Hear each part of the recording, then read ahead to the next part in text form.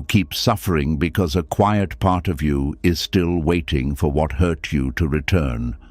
Not because it was good for you, not because it gave you peace, but because it became familiar, and the mind will often choose familiar pain over unknown freedom.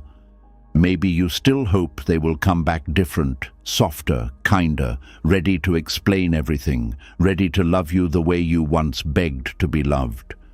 Maybe you still replay the old moments, searching for proof that it meant something, that it was not all pain, that there is still a hidden ending where everything becomes beautiful again. But this is where suffering begins, because hope can become a chain when it is tied to something that already broke you. Buddhist wisdom teaches that pain is part of life, but suffering grows when the heart refuses to release what has already changed. Everything that enters your life is temporary. People change, feelings fade, seasons end. And when you keep reaching for what has already left, you begin living inside a memory instead of living inside the present moment. Tonight, these lessons will help you see the truth with softer eyes. You will begin to understand why your heart keeps holding on, why your mind keeps returning to the same wound, and why peace cannot enter a hand that is still closed around the past. Slowly, something inside you will loosen, the waiting will become weaker, the fantasy will lose its power, and your soul will remember that what left was not the end of your life. This is not just a lesson about letting go. This is the beginning of freedom from the hope that keeps hurting you. Are you ready? Let's begin. Sometimes the hardest thing to accept is that the pain is no longer coming from what happened. It is coming from the part of you that keeps returning to it, long after the person leaves, long after the betrayal ends, long after the moment has passed. The mind still revisits it like an old house it cannot stop entering. Not because it feels good, but because it feels familiar. And this is where the next truth begins to reveal itself. The human mind does not always choose peace. Very often it chooses what it already knows, even when what it knows is suffering. There is a strange comfort in familiar pain. A painful relationship can feel safer than loneliness. Disappointment can feel easier than uncertainty. Even heartbreak can begin to feel like home when you have lived inside it for too long. This is why so many people secretly stay emotionally attached to what destroyed them. They are not only attached to the person or the memory, they are attached to the emotional pattern itself. The Buddhist teachings speak deeply about attachment, but one thing many people never realize is that attachment is not always about pleasure. Sometimes people become attached to suffering because suffering becomes emotionally predictable. The mind begins to trust what is familiar more than what is healthy. And once this happens, letting go no longer feels like freedom. It feels like losing a part of yourself. This is the hidden addiction to emotional familiarity. A person can spend years trapped inside emotional cycles without understanding why they cannot move on. They tell themselves they miss the person. They tell themselves they are searching for closure. They tell themselves they are waiting for one final conversation. But often, what they are really craving is emotional familiarity. Their nervous system became used to that emotional environment, even if it was painful. This happens because the brain is constantly trying to create certainty. Human beings are deeply uncomfortable with the unknown. The unknown feels dangerous to the mind. Even unhealthy situations can begin to feel emotionally safe simply because they are predictable. If someone spent years feeling ignored, abandoned, criticized, or emotionally unstable in a relationship, those emotional states can become normalized inside the body. Eventually, peace itself begins to feel unfamiliar. This is why some people leave toxic relationships and then suddenly feel empty when life becomes calm. Silence feels strange. Stability feels boring. Healthy love feels suspicious. Kindness feels unnatural. Not because they truly want pain, but because their mind has been conditioned to expect emotional chaos. The Buddha understood this long before modern psychology existed. He taught that the mind clings to patterns because it fears impermanence.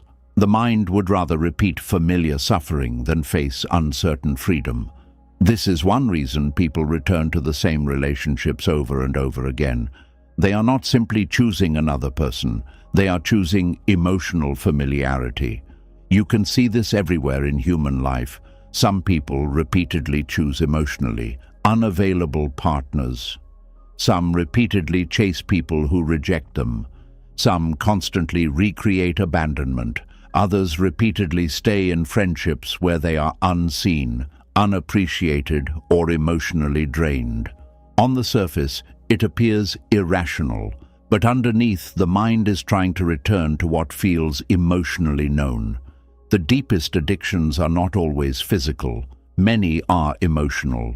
A person can become addicted to longing, addicted to waiting, addicted to fixing broken people, addicted to emotional instability, addicted to chasing approval from people who never fully give it.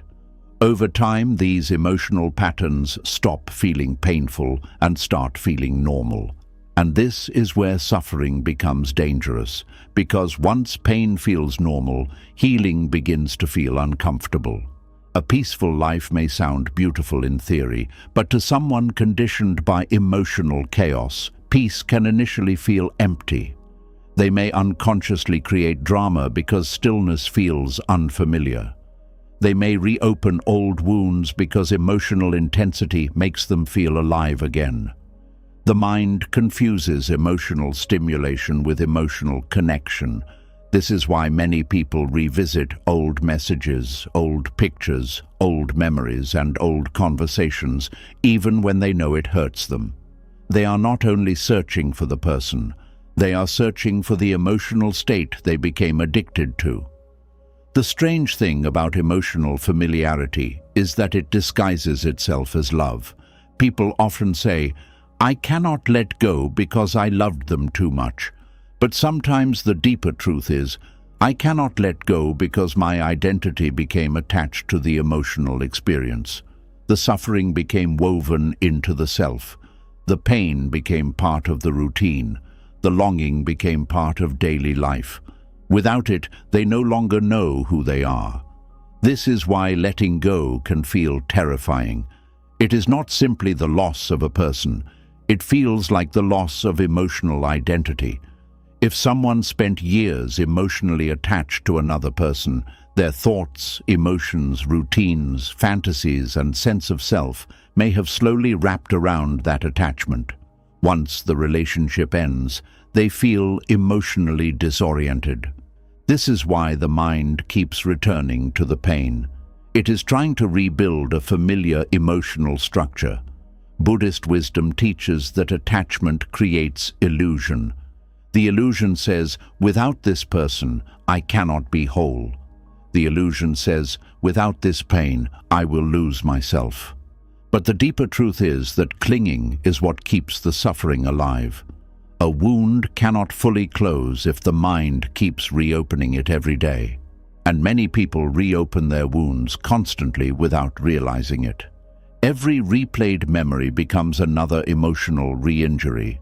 Every fantasy about reconciliation becomes another refusal to accept reality.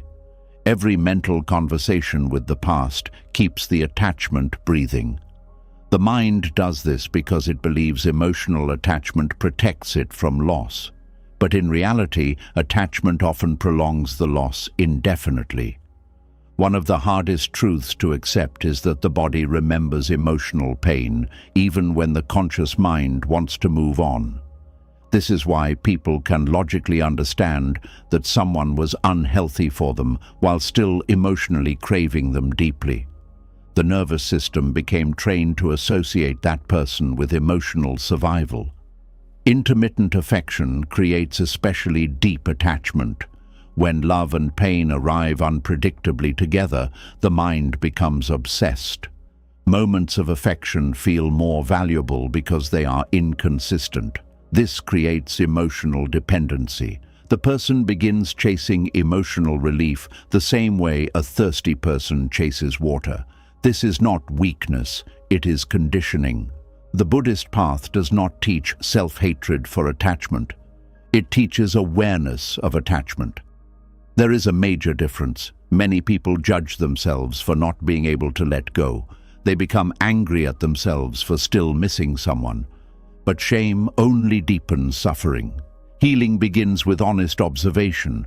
You begin by noticing the pattern without attacking yourself for having it. You begin noticing how often your mind returns to the same memories. You begin noticing how your emotions rise and fall based on thoughts of the past. You begin noticing how loneliness suddenly makes old attachments appear more beautiful than they really were. This awareness changes everything, because once you see the pattern clearly, the illusion begins weakening. You begin realizing that much of your suffering is not coming from the present moment. It is coming from mental repetition. The event happened once, but the mind keeps reliving it thousands of times. This is why Buddhism places such deep importance on presence. Presence interrupts emotional repetition. The present moment is often far less painful than the mind's endless relationship with the past. But most people avoid the present moment because the present moment feels empty after attachment ends. They mistake emptiness for failure. They panic when life becomes quiet. Yet Buddhism teaches that emptiness is not punishment. Emptiness is space. It is the space where new life eventually grows. But first, the addiction to emotional familiarity must be understood.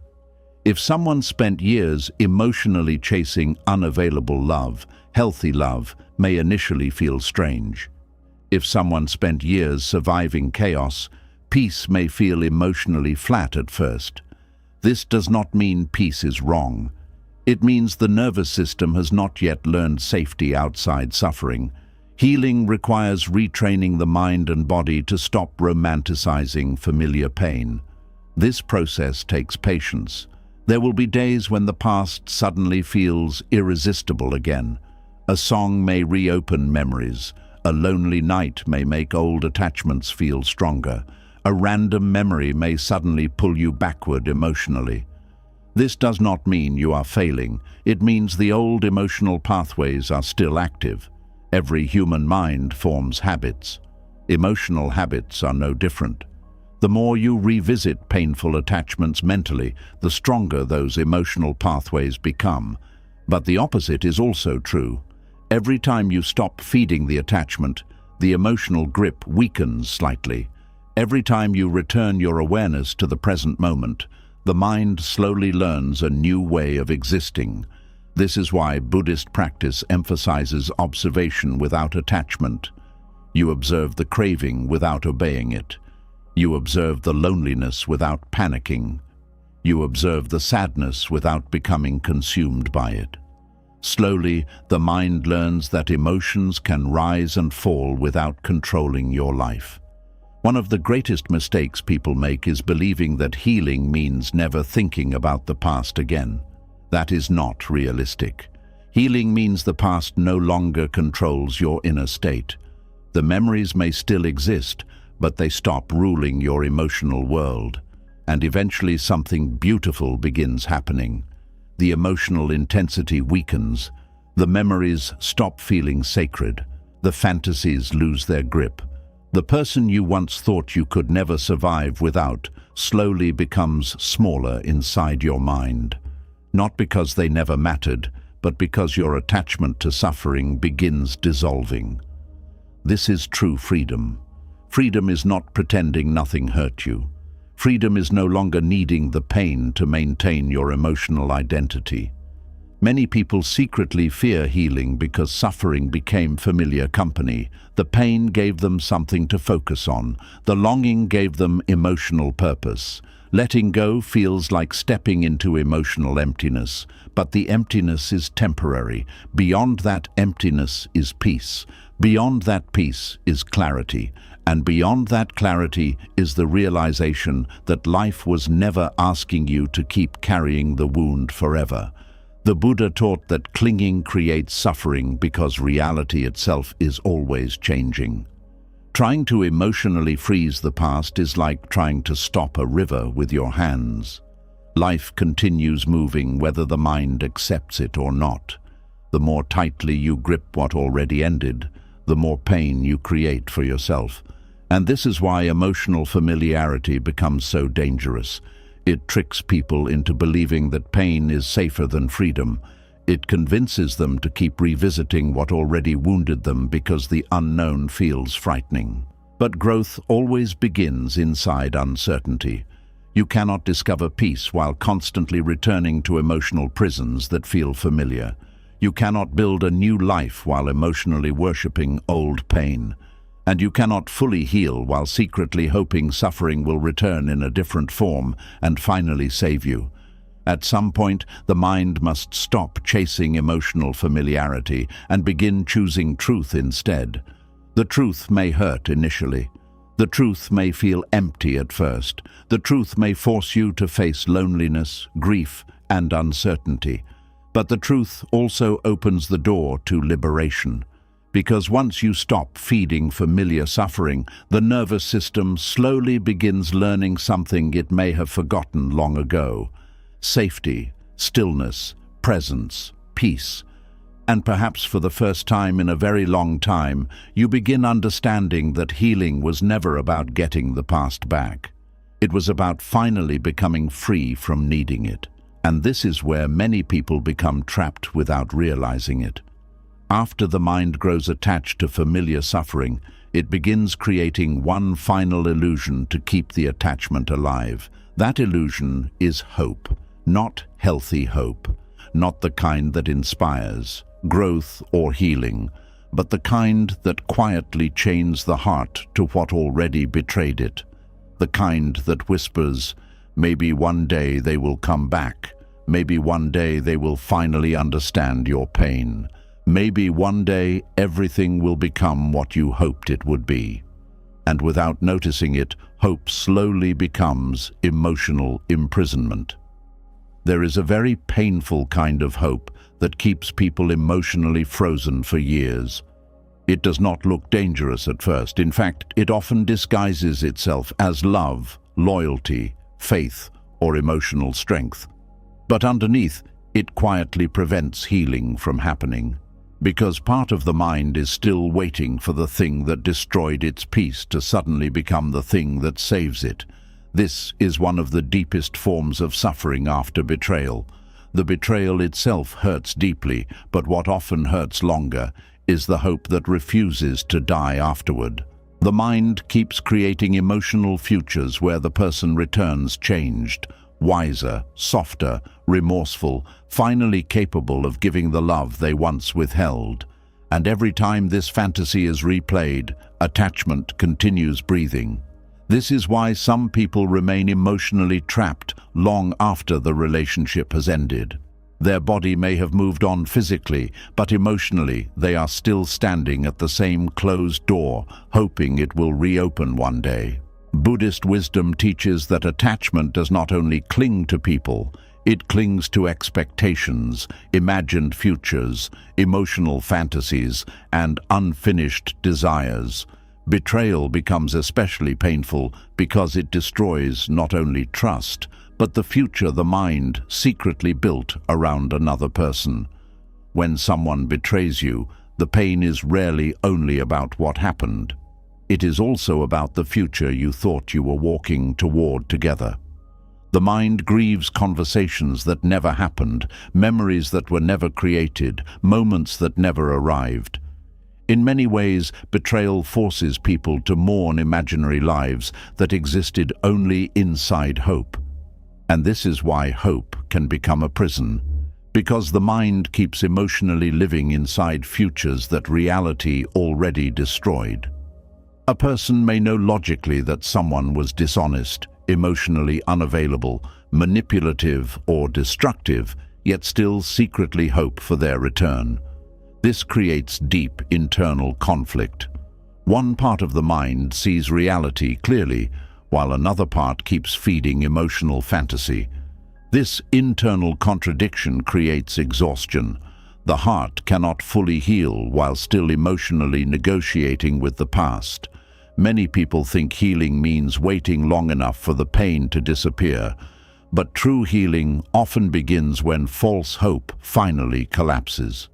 As long as the mind secretly believes reconciliation is necessary for peace, suffering continues quietly underneath everything else. This is why people constantly search for signs after betrayal. They analyze social media posts. They reread old conversations. They look for hidden meanings in small interactions. They replay memories, trying to find proof that the connection was real enough to return someday. Hope transforms ordinary things into emotional evidence. A simple message becomes a sign. A random memory becomes destiny. A dream becomes emotional confirmation. The mind does this because accepting finality feels unbearable at first. Finality forces the ego to face reality without fantasy protecting it, and reality can feel brutally painful when attachment has been strong. The Buddha taught that suffering grows when the mind resists reality. Betrayal becomes unbearable not only because someone hurt you, but because the mind keeps arguing with what already happened. It says, "This should not have ended. They should have loved me differently. Things should have turned out another way." But reality does not bend to emotional desire. And this is where attachment disguises itself as hope. Healthy hope allows life to move forward. Unhealthy hope keeps life emotionally frozen. One creates freedom, the other creates waiting. Many people spend years waiting emotionally without realizing it. They continue living externally, going to work, talking to people, smiling in public, but internally they remain emotionally paused. A hidden part of them still waits for a message, an apology, a return, or a moment of emotional redemption. This kind of hope slowly drains life force because emotionally the person never fully leaves the past behind. Part of their energy remains attached to what betrayed them. Buddhism teaches that attention is energy. Wherever the mind continuously returns, emotional energy flows. This means that constantly feeding false hope keeps emotional attachment alive. The mind becomes trapped in repetitive emotional cycles instead of opening itself to the present moment. And over time, this emotional waiting creates deep suffering. The nervous system stays tense. The mind becomes obsessed with possibilities. Peace feels impossible because emotionally the heart is still waiting for a future that may never come. What makes this especially painful is that hope often feels morally beautiful. Society praises people who never give up. Movies romanticize waiting. Songs glorify emotional longing. People are taught that holding on proves love is real. But Buddhism asks a different question. At what point does holding on become self-destruction? At what point does hope stop being healing and start becoming emotional imprisonment? These questions are uncomfortable because they force people to confront how attachment disguises itself. The mind often avoids reality by calling its attachment hope. But many times what people call hope is actually fear of letting go. Because letting go means accepting uncertainty. Letting go means accepting that some endings are permanent. Letting go means facing life without the emotional fantasy that once gave comfort. And for many people, fantasy feels safer than grief. Fantasy temporarily protects the heart from loss. It allows the mind to avoid accepting painful truths fully. But over time, fantasy quietly deepens suffering because reality remains unchanged underneath it. This is why some people stay emotionally attached to unavailable people for decades. They become addicted to possibility instead of reality. The emotional fantasy becomes more important than what truly exists. They stop loving the real person and start loving the imagined version created by hope. This imagined version is dangerous because it prevents emotional clarity. The mind edits memories selectively. It remembers tenderness while minimizing cruelty. It remembers potential while ignoring patterns. It remembers promises while overlooking actions. Hope paints over reality, and betrayal becomes even more painful when the mind refuses to see clearly. The Buddhist path is not about becoming cold or hopeless. It is about seeing reality without illusion. True peace requires honesty, not the honesty of bitterness, but the honesty of clarity. Clarity says, "This hurt me." Clarity says, "I wanted something different." Clarity says, "I cannot force another person to become who I hoped they would be." And most importantly, clarity says, "My peace cannot depend on someone else's return." This realization is incredibly painful at first, because the ego wants emotional rescue. It wants the person who caused the wound to also become the source of healing. But this often keeps suffering alive indefinitely. Many people secretly believe closure can only come from the person who betrayed them. They wait for explanations. They wait for remorse. They wait for accountability. But Buddhism teaches that waiting for another person to free your mind gives them continued control over your inner peace. Freedom begins when you stop emotionally asking the past for permission to heal. This does not mean the grief disappears instantly. Grief still comes in waves. Some nights still feel unbearably heavy. Certain memories still reopen the heart unexpectedly. But something slowly changes once false hope begins dissolving. The emotional obsession weakens. The nervous system relaxes slightly. The mind stops constantly searching for signs. And for the first time, emotional energy slowly returns to the present moment instead of remaining trapped inside fantasy. This process is not easy because betrayal damages trust deeply. After betrayal, many people become emotionally split. One side wants to release everything and move forward. The other side desperately clings to hope because hope feels safer than emptiness. But emptiness is not the enemy. Buddhism teaches that emptiness is often the beginning of transformation. The collapse of illusion creates space for truth, and although truth hurts initially, truth eventually liberates the mind from endless emotional waiting. False hope keeps reopening wounds because it repeatedly pulls the mind back into emotional attachment. Every imagined reunion becomes another emotional investment in what no longer exists. Every fantasy strengthens longing. Every emotional rehearsal of what could happen delays acceptance. This is why healing requires learning the difference between possibility and attachment. Yes, life is unpredictable. People sometimes change. Reconciliation occasionally happens, but building your emotional survival around those possibilities creates suffering. Peace cannot depend on uncertain futures. The Buddha constantly taught impermanence because attachment to fixed outcomes creates instability. When the mind demands a specific emotional result, suffering grows. But when the mind learns to remain present without clinging, emotional freedom slowly appears. This does not mean you stop caring.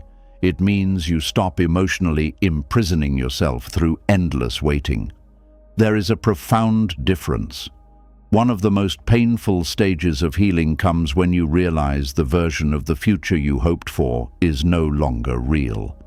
The mind resists this fiercely. It tries bargaining. It tries imagining alternate endings. It tries preserving emotional fantasy. But eventually, reality asks to be accepted fully, and acceptance often feels like death to attachment. This is why many people avoid true acceptance. Acceptance sounds final. Acceptance sounds cold. Acceptance sounds like giving up. But Buddhist acceptance is not emotional surrender. It is the end of internal resistance against reality. It is the moment the mind stops fighting what already is. And strangely, this is where peace finally begins entering. not because the betrayal suddenly makes sense, not because the pain vanishes overnight, but because emotional energy is no longer being consumed by endless mental resistance. There is immense exhaustion in hoping for what reality continues denying. The body feels it. The nervous system feels it. The soul feels it. This exhaustion slowly disappears once the attachment to emotional fantasy weakens. At first, life may feel strangely quiet. Many people panic during this stage because emotional intensity disappears. They mistake calmness for emptiness, but calmness is often unfamiliar after long periods of emotional chaos. The mind must slowly relearn stability. This takes time. Some days the old hope will return unexpectedly. A memory will trigger longing. Loneliness will make the fantasy feel alive again. The heart will briefly reopen old emotional doors. This is normal. Healing is rarely linear. The important thing is awareness. Instead of automatically feeding the fantasy, you begin observing it gently. You begin recognizing the emotional pattern instead of becoming consumed by it. You notice how the mind reaches for hope whenever grief becomes uncomfortable. You notice how attachment disguises itself as loyalty. You notice how fantasy temporarily protects you from facing finality. This awareness slowly breaks the cycle, and gradually something remarkable begins happening. You stop needing emotional rescue from the person who hurt you. Their return stops feeling necessary for survival. Their apology stops controlling your peace. Their absence stops defining your worth. This is the beginning of emotional liberation, because the deepest prison was never only the betrayal itself. It was the attachment to the hope that betrayal could somehow become love again. Many people spend years trying to emotionally rewrite painful endings. But Buddhism teaches that peace is not found by rewriting reality. Peace is found by seeing reality clearly without attachment distorting it, and reality often reveals painful truths. Some people cannot love you the way you hoped. Some people only entered your life temporarily. Some people were teachers, not lifelong companions. Some people awakened wounds you needed to finally see. These truths hurt deeply at first, because they dismantle illusion. But illusion is fragile. Reality remains stronger. The moment illusion collapses, suffering finally has room to dissolve. Not immediately, not perfectly, but slowly, like fog disappearing under morning light. And eventually, a strange freedom begins emerging. You wake up without immediately checking for signs. You stop replaying conversations constantly. You stop emotionally building imaginary futures with someone who already chose a different path. You stop waiting, and in that quiet space where waiting once lived, peace slowly begins growing. Not dramatic peace, not perfect peace, but honest peace. The kind that no longer depends on another person's return. The kind that no longer begs the past to become different. The kind that finally understands that healing was never about getting back what betrayed you. It was about freeing yourself from the attachment that kept betrayal alive inside your mind. And eventually, this is the next painful truth the heart must face. Sometimes the suffering no longer comes from the betrayal itself. It comes from the waiting. The endless emotional waiting for words that never arrive, for explanations that never come, for apologies that the other person may never be capable of giving. Many people spend years trapped in this invisible emotional prison without realizing it. They believe they are waiting for closure, but in reality they are waiting for permission to finally let go. There is a very deep loneliness in waiting for closure from someone who already moved on.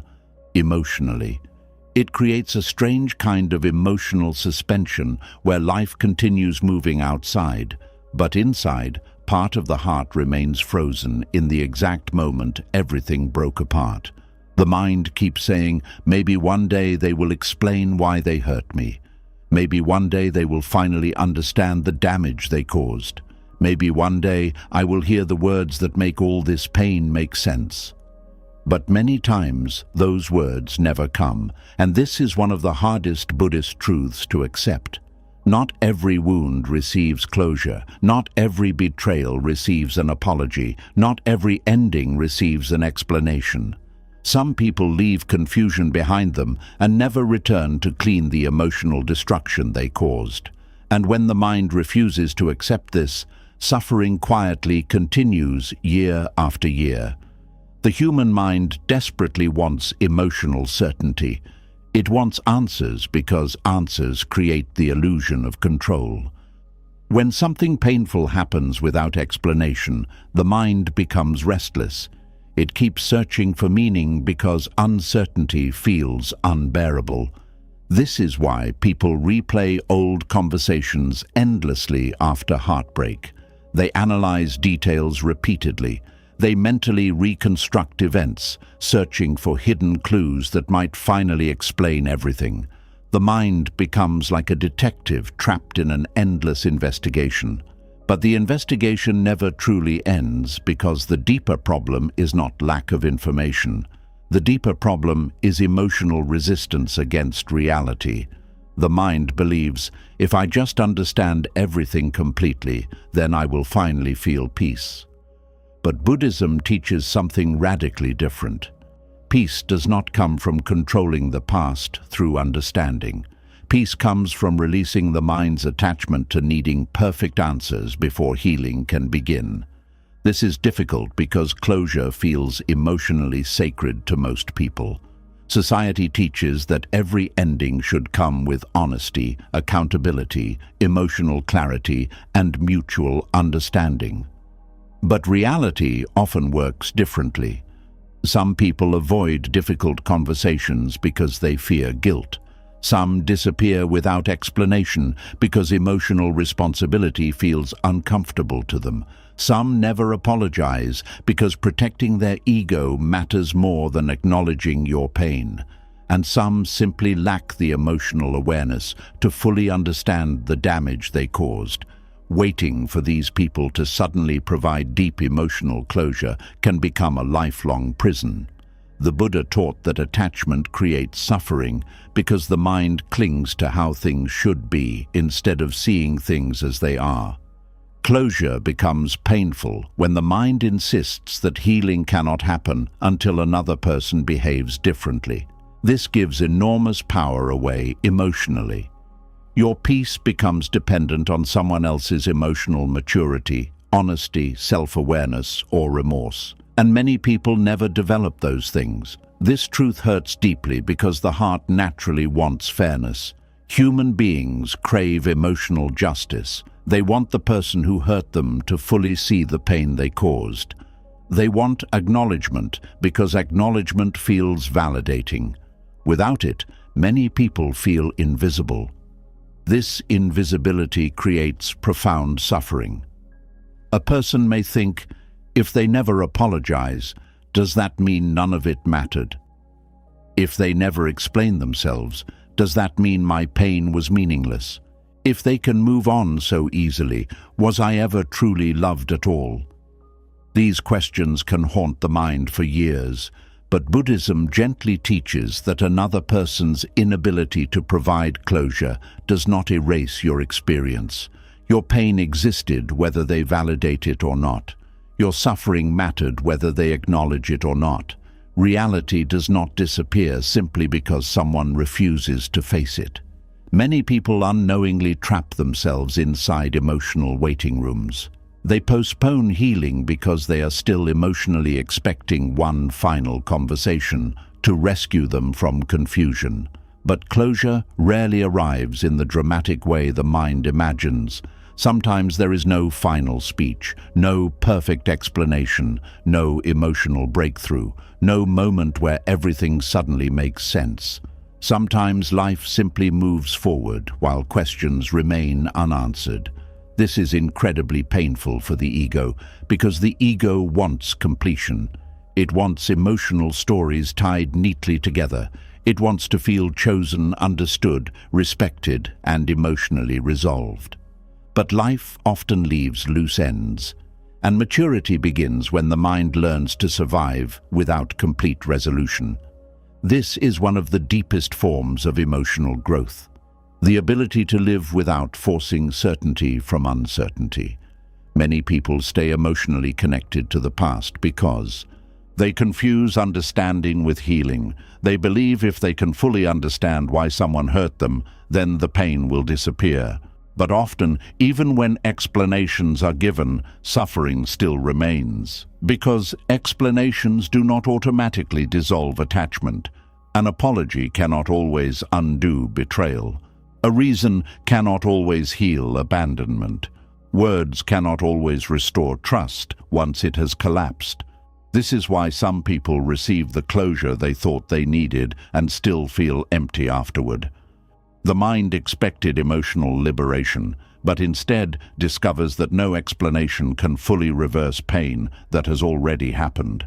The Buddhist path teaches that healing begins internally, not externally. Closure is not something another person hands to you. True closure begins when the mind stops emotionally chasing what reality may never provide. This requires tremendous courage because uncertainty feels deeply uncomfortable. The human mind prefers painful answers over unanswered silence. Silence leaves space for imagination, and imagination often creates even greater suffering. The mind fills silence with assumptions. Maybe they never loved me. Maybe I was not enough. Maybe everything was fake. Maybe I was easy to replace. These thoughts become dangerous because the mind begins creating stories in the absence of truth. And once emotional storytelling begins, suffering multiplies quickly. Buddhism teaches that the mind creates much of its own suffering through interpretation. Two people can experience the same betrayal and suffer differently based on the stories they attach to it. One person may say, "This proves I am unlovable." Another may say, "This painful experience taught me something important about attachment." The event may be similar, but the internal relationship to the event changes everything. This is why awareness becomes so important. You begin noticing how often your suffering comes not only from what happened, but from the mind's desperate need to complete unfinished emotional stories. The mind wants endings that feel emotionally satisfying, but reality often refuses to cooperate. Some people leave mid-sentence emotionally, some relationships collapse without clarity, some betrayals remain confusing forever, and part of healing involves accepting that uncertainty itself is part of life. This acceptance does not happen easily. At first, the mind keeps returning to old questions compulsively. It revisits memories repeatedly, hoping new insight will suddenly appear. It replays conversations late at night. It imagines future confrontations. It mentally rehearses emotional speeches that may never happen. All of this creates exhaustion, because emotionally, the person never fully leaves the past. The body continues carrying unresolved emotional tension. The nervous system remains alert. The heart remains open to old pain. And slowly, years pass while life waits outside. This is why attachment to closure can quietly become attachment to suffering itself. The person believes they are searching for healing, but unconsciously they are feeding emotional attachment by continuously revisiting the wound. One of the most painful realizations in healing is understanding that some people may never fully understand the pain they caused you. Not because your pain was unimportant, but because awareness differs from person to person. Some individuals lack emotional depth. Some avoid self-reflection entirely. Some protect themselves through denial. Some rewrite history internally to avoid guilt. And some genuinely cannot face the consequences of their own actions because shame terrifies them. Waiting for these people to suddenly become emotionally enlightened often leads to disappointment. The Buddha emphasized compassion, but compassion does not mean endlessly waiting for emotional accountability from those unwilling to provide it. Compassion also includes freeing yourself from unnecessary suffering, and sometimes freedom requires accepting painful realities without complete emotional satisfaction. This does not mean suppressing grief. Grief still deserves space. Sadness still deserves acknowledgement. Anger still deserves honesty. But there is a difference between feeling pain and becoming imprisoned by emotional waiting.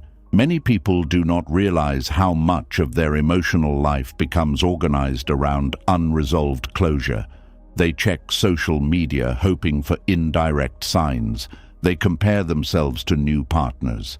They mentally replay scenarios where the person finally regrets losing them. The future becomes emotionally tied to a conversation that may never happen. This creates emotional paralysis, because part of the heart remains turned backward instead of forward. The Buddhist path consistently teaches presence, because attachment to unresolved past experiences prevents full participation in the present moment. You cannot fully experience life while emotionally living inside unfinished emotional negotiations with the past. And this is where suffering quietly deepens. The present moment becomes neglected. New opportunities are missed. Healthy relationships are resisted. Inner peace feels unreachable. Not because healing is impossible, but because emotional energy remains trapped in waiting. Waiting for acknowledgement, waiting for justice, waiting for remorse, waiting for answers, waiting for emotional completion from someone who may never provide it.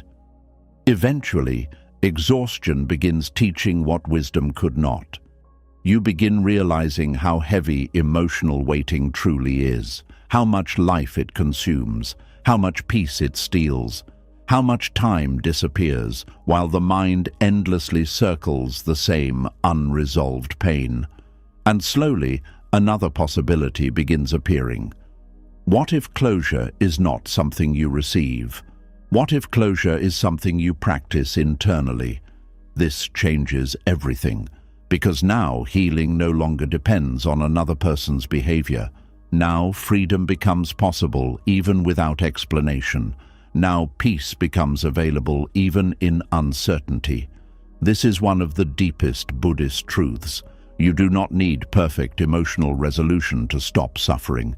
You only need willingness to stop feeding attachment to what may never arrive. This does not happen instantly. At first, the mind resists fiercely. It says, "But I deserve answers." And perhaps you do. It says, "They should acknowledge what they did." And perhaps they should. But healing cannot wait forever for other people to become emotionally ready. Otherwise, your life remains emotionally chained to their choices indefinitely. True freedom begins when you stop asking the past to finally become different. This is not weakness. This is not surrender. This is wisdom, because wisdom recognizes reality without demanding it obey emotional desire. There is tremendous strength in saying, "I may never fully understand why this happened, but I will no longer sacrifice my peace trying to force answers from silence." That sentence alone can begin transforming a life. The nervous system slowly softens afterward. Mental obsession weakens gradually. The heart stops chasing emotional certainty constantly, and something surprising begins happening. The unanswered questions lose some of their power. Not because answers suddenly appear, but because attachment to needing them begins dissolving. This is emotional maturity. The ability to continue living fully even when some parts of life remain unresolved. Children demand perfect endings. Wisdom accepts incomplete stories, and many of the deepest wounds in life remain partially unfinished forever. Yet healing still remains possible. Joy still remains possible. Peace still remains possible. The Buddha taught that suffering decreases when attachment decreases. This includes attachment to closure itself. The more tightly the mind insists on emotional completion from the outside world, the more suffering continues internally. But when the mind finally loosens its grip, space opens, space for rest, space for breathing, space for new experiences, space for life beyond the wound. At first, this space may feel unfamiliar. People who spent years emotionally chasing closure often feel disoriented once they stop. The mind has been conditioned to constantly revisit the past. Letting go of the search can initially feel empty, but slowly the emptiness changes. It becomes calmness instead of absence, stillness instead of obsession, presence instead of emotional chasing, and eventually you begin understanding something profound. The closure you waited for was never going to save you. The apology was never going to completely erase the pain. The explanation was never going to fully heal betrayal. The mind only believed those things because attachment desperately wanted emotional certainty. But peace was never hiding inside another person's words.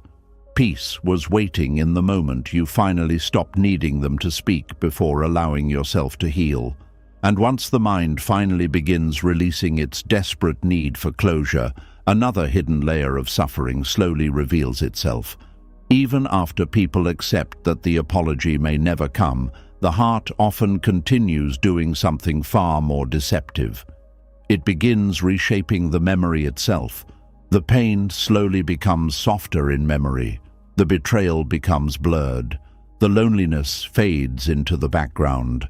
And suddenly, the person who once shattered your peace begins appearing beautiful again inside your mind. This is where the next illusion begins. There is something deeply confusing about the human mind. Even after someone causes enormous pain, the memory of them can slowly transform into comfort. Months later, sometimes years later, the mind begins replaying their laughter instead of their cruelty. It remembers warmth while minimizing the coldness. It replays tenderness while hiding the emotional damage. And slowly the heart starts missing what once destroyed it. This is one of the most dangerous emotional illusions people experience after heartbreak and betrayal. The mind does not remember the past accurately. It edits it, it reshapes it, it protects certain memories while burying others. And in moments of loneliness, vulnerability, or emotional exhaustion, memory can become deeply dishonest. The Buddha taught that the mind creates suffering through attachment and illusion. One of the greatest illusions is the fantasy version of people we create after they leave. Once attachment becomes strong, the mind stops seeing reality clearly. Instead, it begins creating emotional mythology around the person. This is why someone who caused constant anxiety can later feel unforgettable. Someone who neglected you emotionally can later feel irreplaceable. Someone who betrayed your trust can later appear beautiful in memory. The mind transforms incomplete emotional attachments into fantasies because fantasy feels safer than painful truth. Truth says they hurt you. Fantasy says they were secretly perfect but misunderstood. Truth says the relationship damaged your peace. Fantasy says it was the deepest love you will ever experience. Truth says your nervous system suffered around them. Fantasy says nobody will ever make you feel that alive again. This emotional editing happens slowly and quietly. At first, after betrayal, people usually see the pain clearly. Anger is strong. Disappointment is obvious. Reality still feels visible. But as time passes, emotional intensity changes. The mind becomes selective. It begins filtering memories through longing instead of clarity. This is especially common when loneliness enters the picture. Loneliness has a powerful effect on memory. When people feel emotionally empty, the mind often returns to familiar emotional experiences, searching for comfort. But instead of remembering the full reality, it extracts only emotionally pleasurable fragments: a smile, a voice, a specific moment, a feeling of closeness. The painful patterns surrounding those moments slowly disappear from focus. And this is how harmful people become: emotional fantasies. The mind is not intentionally trying to deceive you. It is trying to protect you from pain. Human beings naturally seek emotional coherence. The brain dislikes holding contradictory truths at once. It struggles to accept that someone could both comfort and destroy you at the same time. So eventually, memory simplifies the story. The mind often preserves what emotionally nourished it while suppressing what emotionally damaged it. This is why people return to relationships they once swore they would never revisit. The emotional memory becomes distorted over time. The suffering loses sharpness, while the moments of connection become emotionally magnified.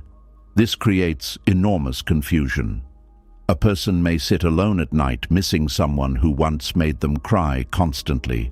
They may crave the return of someone who destabilized their mental health. They may romanticize a relationship that was filled with emotional inconsistency, manipulation, or neglect.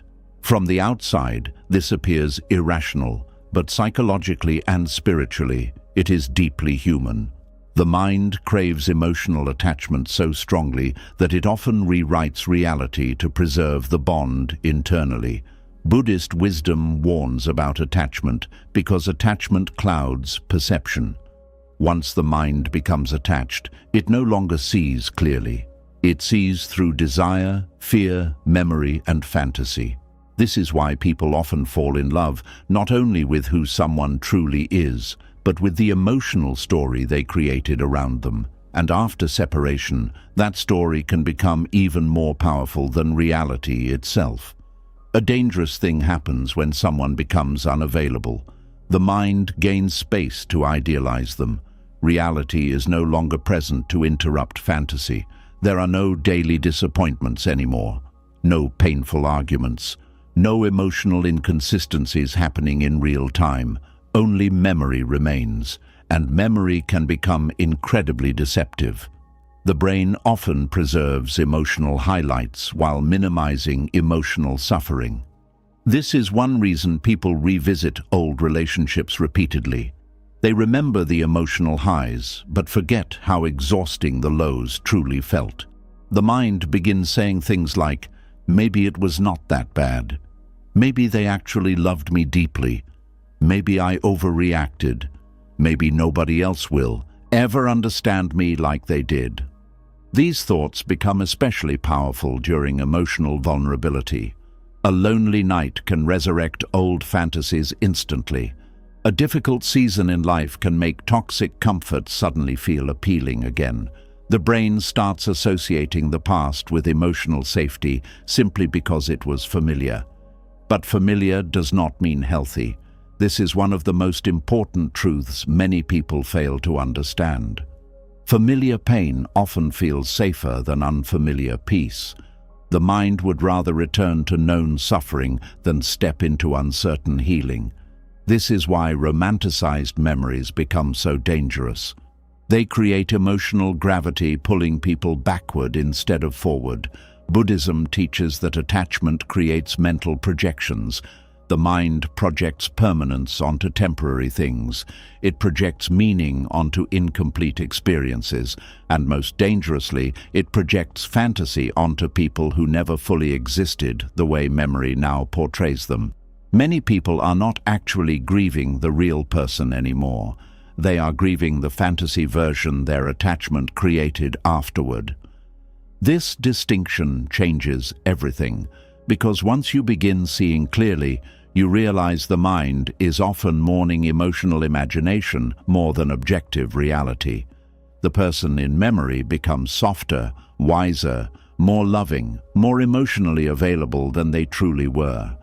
The painful details become hidden beneath longing, and eventually, the fantasy becomes emotionally addictive. The heart starts craving a version of the past that never fully existed. This explains why people sometimes return to relationships only to feel shocked once reality returns again. The fantasy collapses once daily interaction resumes. The emotional neglect reappears. The instability returns. The same wounds reopen, and suddenly they realize they were not missing reality. They were missing imagination. The Buddhist path constantly points toward awareness because awareness interrupts illusion. Awareness asks difficult questions. Was this relationship truly peaceful? Did this person genuinely nourish your spirit? Were you emotionally safe around them consistently? Or are you only remembering selective moments because attachment fears letting go? These questions can feel painful because they challenge emotional fantasy directly, and fantasy can feel comforting. Fantasy protects people from grief temporarily. It softens loneliness. It gives emotional hope. It creates the illusion that something beautiful still exists waiting in memory. But fantasy also traps people emotionally. It keeps them tied to people who are no longer present. It prevents acceptance. It distorts reality. And it prolongs suffering quietly over time. One reason the mind romanticizes harmful people is because emotional intensity gets confused with emotional depth. Many painful relationships create extreme emotional highs and lows. This intensity can feel intoxicating. The nervous system becomes overstimulated constantly. The emotional unpredictability creates obsession. Later, when life becomes calm, the mind mistakes peace for emptiness. Healthy love may initially feel boring compared to emotional chaos. Stillness may feel emotionally flat after years of intensity. This causes many people to romanticize relationships that were actually deeply unhealthy. They miss the adrenaline, not the suffering itself. They miss emotional stimulation, not necessarily genuine connection. The mind confuses emotional exhaustion with passion because it became conditioned to instability. This is why healing often feels strange at first. Healing removes emotional extremes. The nervous system slowly settles. The emotional drama disappears. And for a while, calmness can feel uncomfortable. Many people unconsciously interpret this discomfort as proof that they still belong with the person who hurt them. But in reality, their nervous system is simply adjusting to the absence of emotional chaos. The body can become addicted to unpredictability. This addiction strengthens romanticized memory. The mind begins idealizing emotional intensity because intensity made life feel emotionally consuming. It forgets how draining the instability truly was. It forgets the anxiety, confusion, overthinking, and emotional exhaustion that existed beneath the highs. This selective remembering creates suffering because it disconnects memory from truth. The Buddha taught that wisdom begins with seeing things as they truly are, not as attachment wants them to be. This requires tremendous honesty. Honesty means remembering the full reality, not only the beautiful fragments. Honesty means acknowledging the nights you felt emotionally abandoned. The moments your intuition warned you something was wrong. The constant anxiety, the emotional inconsistency, the way your peace slowly disappeared while trying to preserve the relationship. Without this honesty, memory becomes dangerous, because memory without awareness easily transforms pain into longing, and longing into self-destruction. Many people stay emotionally trapped for years because they continue feeding romanticized memory. They revisit old pictures constantly. They replay idealized moments. They build emotional shrines around relationships that deeply wounded them. This keeps attachment alive internally. Buddhism teaches that attention feeds emotional reality. Whatever the mind continuously returns to gains strength. Repeatedly feeding idealized memories strengthens emotional attachment even when the relationship itself no longer exists. This creates a painful cycle. The more the mind romanticizes the past, the more difficult it becomes to release it.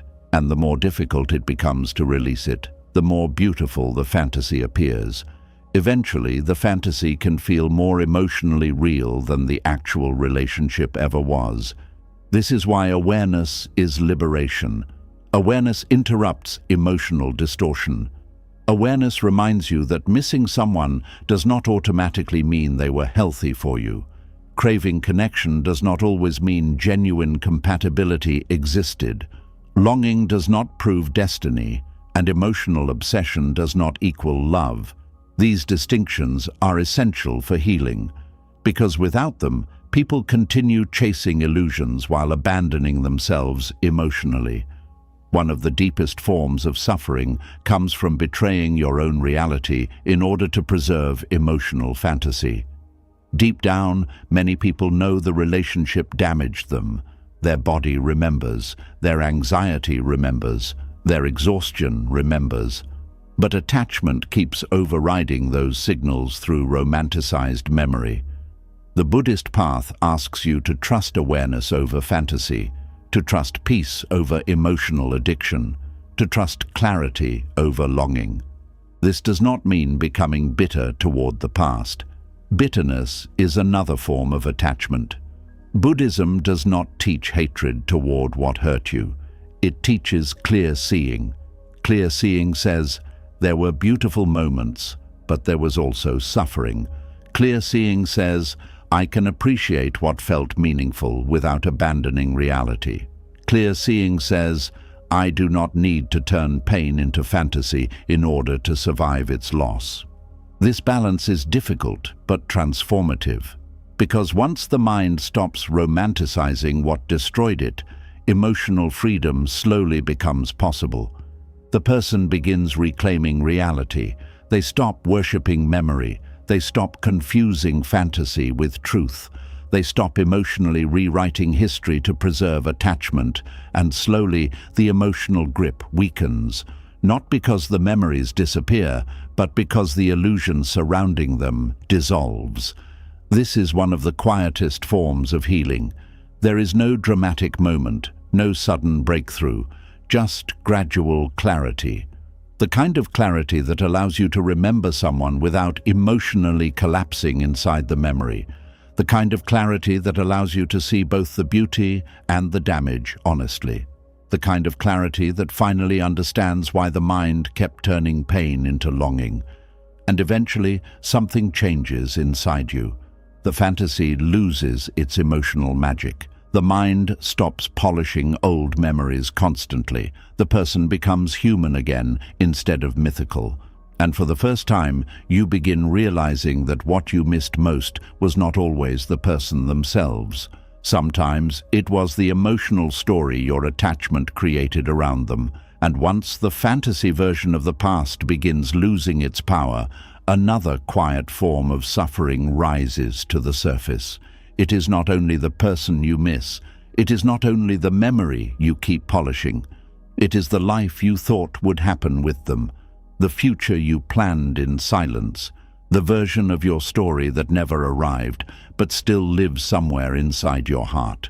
This is where many people suffer without knowing how to name the pain.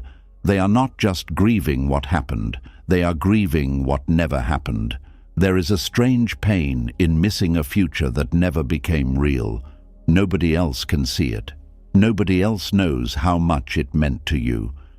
To the outside world, the relationship ended, the chapter closed, the person left, and life continued. But inside you, there may still be a hidden world where everything turned out differently. A world where they stayed.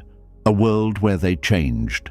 A world where the promises were kept, the plans were fulfilled, and the love did not become a wound. This kind of suffering is silent because it does not always look dramatic. You may still wake up, work, smile, talk, and move through the day. But somewhere beneath everything, the mind keeps replaying the life that could have been, the home you thought you might share, the peace you thought would come, the apology you thought would heal everything, the version of them you hoped would finally appear. And every time the mind enters that unreal future, the heart suffers again. Buddhist wisdom teaches that suffering deepens when the mind clings not only to what existed, but also to what it desired. Desire does not only attach itself to people, it attaches itself to possibilities, to dreams, to emotional pictures, to imagined endings. And sometimes, what hurts most is not the actual loss, but the imagined life that collapsed with it. This is why some endings feel heavier than others. You are not only saying goodbye to a person, you are saying goodbye to the future your heart secretly built around them. You are saying goodbye to the version of yourself who believed things would become better. You are saying goodbye to the hope that one day the pain would finally be rewarded with peace. That is why what could have been can become its own emotional prison. The mind keeps asking questions that have no living answer. What if they had chosen differently? What if you had said something sooner? What if they had healed? What if they had loved you properly? What if the timing had been better? What if the betrayal had never happened? What if the story did not end there? These questions seem harmless at first, but they slowly pull the mind away from reality. They create a second life inside your thoughts, a life where the ending is always being rewritten, but never actually lived. And because that life exists only in imagination, it can never give peace. It can only keep the wound active. The mind loves unfinished stories because unfinished stories allow fantasy to continue. If something ended without the ending you wanted, the mind keeps trying to complete it. It writes new scenes. It creates emotional conversations. It rebuilds the future again and again, hoping that one imagined version will finally hurt less. But it never does for long.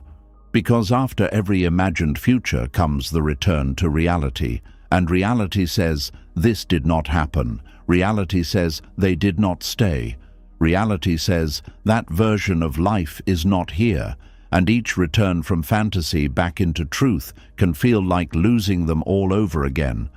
This is why replaying what could have been becomes emotional torture. The mind gives you a taste of a future that does not exist, then forces you to feel its absence again. It is like opening a door to a beautiful room, only to realize there is no floor beneath it. Buddhist teaching points us back to the present moment, because the present is the only place where life is truly happening. The past is memory. The future is imagination. But suffering grows when the mind refuses to live where the body is. When the body is here, but the mind keeps visiting an unreal future, peace becomes impossible. This does not mean your dreams were foolish. It does not mean your hope was stupid. It means your heart loved deeply enough to build something inside itself. That is human. That is tender. That is not something to hate yourself for. But when the dream has died, continuing to live inside it becomes a form of self-abandonment. Many people do not realize they are grieving an invisible loss. They wonder why they cannot move on. They wonder why the pain still feels so large. But they are not only grieving one moment. They are grieving years of imagined life. They are grieving children never born, homes never built, conversations never had, trips never taken, old age never shared, promises never completed, and peace never received. This grief is real, even if the future never happened. The heart can mourn possibilities. The nervous system can attach to dreams. The mind can suffer from the collapse of something that only existed emotionally. This is why telling yourself it was not real does not always help. Emotionally, it felt real. The hope felt real. The plans felt real. The attachment felt real. And when it disappeared, something inside you still experienced it as loss. But Buddhism teaches that even this must be seen clearly. A possibility is not the same as reality. A dream is not the same as a life. A future you wanted is not the same as a future that was promised by life itself. When the mind forgets this, it begins treating imagination like something stolen from it. It says, I lost the life I was meant to have. But often what was lost was not destiny. It was attachment to a picture. This truth can hurt, but it can also free you. Because if the mind created the picture, the mind can also release it, slowly, gently, not by force, not by pretending it never mattered, but by understanding that the picture is not where your life ends. The danger of what could have been is that it makes the present feel like a punishment. Because the imagined future looks so beautiful, your real life begins to feel smaller. You compare what is here to what your mind invented. You compare your quiet room to the home you thought you would share. You compare your current loneliness to the connection you hoped would last. You compare the person who actually hurt you to the version of them who finally loved you correctly in your imagination. And reality keeps losing against fantasy. But fantasy is unfair competition because fantasy has no flaws. It does not disappoint you in real time. It does not betray you again. It does not ignore your messages. It does not repeat old patterns. It only gives you the scenes you wish had happened. This is why imagined futures can feel more beautiful than actual relationships ever were. The mind edits the future the same way it edits the past. It removes the problems. It removes the anxiety. It removes the repeated hurt. It removes the emotional labor. It removes the parts where you felt unseen, confused, or tired. Then it says, "Look what you lost." But did you truly lose that perfect future? Or did you lose the hope that reality would one day become that future? This question matters because many people stay attached to people who never had the emotional ability to give them the future they are grieving. They mourn a life that the other person may never have been capable of building. They suffer over a dream that required someone to become a version of themselves they never chose to become. And this is where clarity begins. You cannot build a peaceful future with the fantasy of someone. You can only build with who they actually are. If who they actually were brought confusion, fear, abandonment, betrayal, or emotional hunger, then the future your mind keeps replaying may have been built on hope, not truth. This does not make your love meaningless. It makes your suffering understandable. The heart often sees potential before it sees reality. It sees who someone could become. It sees the good hidden behind the pain. It sees the wounded child inside the person who hurt you. It sees the possibility of change. But potential is not presence. Potential is not commitment. Potential is not emotional safety. Potential is not the same as love that can actually hold you. Many people waste years loving potential. Then, when everything ends, they grieve the potential as if it were reality. They say, "We could have been so happy." But the deeper question is, could you truly have been happy with who they consistently chose to be? That question is not asked to create bitterness. It is asked to restore truth. Buddhist wisdom is not interested in punishing the heart for loving. It is interested in ending illusion. It teaches you to see clearly, because without clear seeing, suffering continues. When you stop confusing possibility with reality, something inside begins to soften. You stop blaming yourself for the future that never arrived. You stop treating the ending as proof that you failed. You begin understanding that some futures collapse because they were built on conditions that never truly existed. Sometimes the life you mourn was never available from the person you wanted it from, and that truth, though painful, can become a doorway to peace. The mind often replays what could have been because it wants to avoid the grief of finality. As long as it keeps rebuilding the future in thought, it does not have to fully accept that the chapter is over. The imagined future becomes a hiding place from loss. But hiding from grief keeps grief alive longer. To heal, the heart must eventually turn toward the truth and say, "This future did not happen, and I am allowed to grieve it. But I will not live there anymore." That sentence carries power. It allows sorrow without attachment. It allows mourning without imprisonment. It allows love without self-destruction. It gives the heart permission to feel the loss while still returning to life. Because the goal is not to erase the imagined future by force. The goal is to stop feeding it as if it is still waiting for you. There is a difference between remembering a dream and living inside it. There is a difference between feeling sadness and building a home inside sadness. There is a difference between honoring what you wanted and refusing to accept what is. This is where many people get stuck. They think letting go of the imagined future means betraying their own heart. They think if they stop thinking about what could have been, then all the love becomes meaningless. But love does not become meaningless because you stop suffering for it. A dream does not become worthless because you stop worshipping it. A person does not become erased because you choose peace. Letting go does not say, "It never mattered." Letting go says, "It mattered, but it cannot be where I live forever." That is a sacred difference. Buddhist practice often begins with noticing, not fixing immediately, not forcing yourself to be peaceful, just noticing. Notice when the mind starts building the unreal future again. Notice when loneliness makes old dreams look more beautiful. Notice when disappointment in your current life makes the imagined life feel like rescue. Notice when your heart starts bargaining with the past. This noticing is not small. It is the beginning of freedom.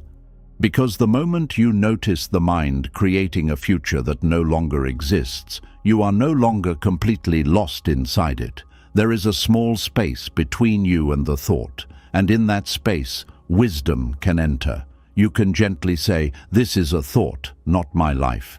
You can say, "This is longing, not truth." You can say, "This is grief asking to be felt, not a command to return." Over time, these small moments weaken the fantasy. The mind may still go back. That is normal. Old emotional patterns do not disappear overnight. But each time you return to the present, you teach the mind that survival is possible without the imagined future. You teach the body that it does not need that dream to feel safe. You teach the heart that life still exists beyond the story it once wanted. This is how healing becomes real. Not dramatic, not instant, but steady. A person begins by grieving what never happened. Then slowly, they stop using that grief as proof that life is over. They begin to see the difference between a broken dream and a broken self. The dream ended, but the self remains. The future changed, but life continues. The story did not unfold as planned, but the page is not empty. This is important because what could have been often makes people feel robbed of life itself. They feel as if the best version of their future disappeared with one person. But no single person holds the entire future of your soul. Attachment makes it feel that way. Grief makes it feel that way. But truth is wider than that. Life can still surprise you. Peace can still find you. Love can still return in healthier forms. Joy can still grow in places you have not yet reached. But none of this can fully enter while the mind is kneeling before a future that no longer exists. The heart has limited energy. When it pours that energy into a dead possibility, the present becomes starved. You may not notice it at first, but slowly your attention, hope, creativity, and emotional strength begin flowing towards something that cannot receive them. This is why replaying what could have been is so draining. You are giving life force to an unreal world, and the real world waits quietly for you to come back. There are people you have not met yet. There are versions of yourself you have not discovered yet. There are peaceful mornings you have not lived yet. There are moments of freedom that cannot reach you while your mind keeps returning to the future that died. The Buddhist path asks you to come back, not with shame, not with anger at yourself, but with tenderness. Come back to your breath. Come back to your body. Come back to the room. Come back to the truth. Come back to the life that is actually here. Because the present moment may not be perfect, but it is alive. The imagined future may look beautiful, but it cannot hold you. It cannot feed you. It cannot answer you. It cannot grow with you. It is only a picture made of longing, and longing, when mistaken for truth, becomes suffering. This is why acceptance is not passive. Acceptance is one of the bravest acts of the human heart. It means looking at the life that did not happen and choosing not to keep dying beside it. It means saying, I wanted that, but I will not abandon this moment because of it. It means choosing reality, even when fantasy feels sweeter. At first, reality may feel plain. It may feel quiet. It may feel empty compared to the emotional movie your mind created. But reality has something fantasy will never have.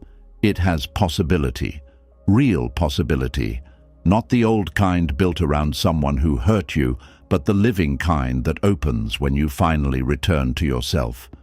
This is why Buddhist wisdom says that suffering begins to dissolve when craving begins to loosen. Craving says, life must become the version I wanted or I cannot be at peace. Wisdom says, life has changed and I can learn to meet it as it is. That shift may sound simple, but it can transform everything. Because once the mind stops demanding the dead future, it can begin seeing the living present. Once the heart stops begging for the story that ended, it can begin feeling the quiet strength that remains. Once the soul stops asking, what could have been, it can finally begin asking, what is still possible now? And that question is where healing begins to breathe again. Not because the loss did not hurt, not because the dream did not matter, not because you are suddenly fine, but because you are no longer allowing an unlived future to keep stealing your actual life. There comes a moment when the heart must bow to what never happened, not as a punishment, but as a release.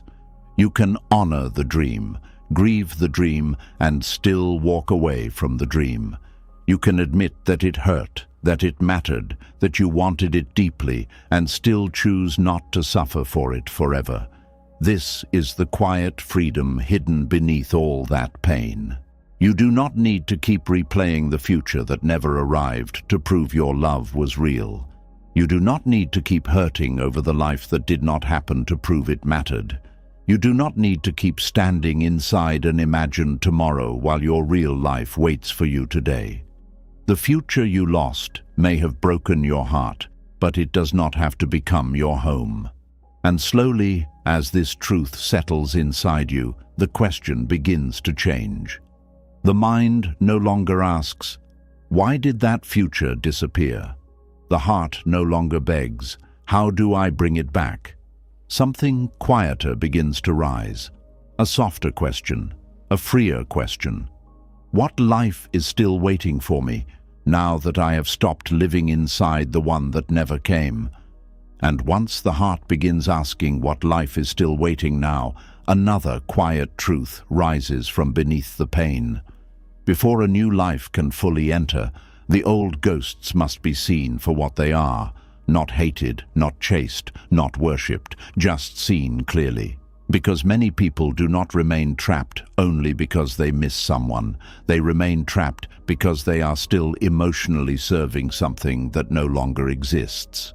There is a strange kind of suffering that happens when the person is gone. The chapter is over, the future has disappeared, but the heart still behaves as if everything is alive. You keep protecting the memory. You keep defending the relationship in your mind. You keep explaining their behavior to yourself. You keep arranging your emotions around someone who is no longer standing there. And slowly, without realizing it, you begin worshipping an emotional ghost. An emotional ghost is not the real person. It is what remains inside your mind after attachment has turned memory into something sacred. It is the version of them you still talk to in silence, the version you still try to impress, the version whose approval you still crave, the version whose return you still secretly prepare for, even when life has already shown you that the door is closed. This is how attachment becomes spiritual exhaustion. It makes you bow before what is absent. It makes you give emotional energy to what cannot give anything back. It makes you keep feeding a relationship that no longer exists in reality, only in thought, memory, and longing. Buddhist wisdom teaches that the mind creates suffering when it clings to forms that are always changing. A relationship is a form, An identity is a form. A memory is a form. A promise is a form. A version of yourself is also a form. None of these things are permanent. They rise, they change, and one day they pass away. But when the mind refuses to let them pass, it turns them into ghosts. And then the suffering begins. You may not call it worship. You may call it love. You may call it loyalty. You may call it remembering. You may call it honoring what happened. But if your peace still depends on something that is gone, if your emotions still move around someone who no longer shares your life, if your present is still controlled by a past that cannot respond, then attachment has quietly become devotion. This devotion can look gentle from the outside, but inside it is painful. You may wake up and wonder what they would think of you now. You may choose not to move forward because some part of you feels like moving forward would betray the old story. You may reject new happiness because it feels wrong to be free from something you once loved deeply. You may keep yourself emotionally available to a person who is no longer emotionally available to you. That is not love anymore.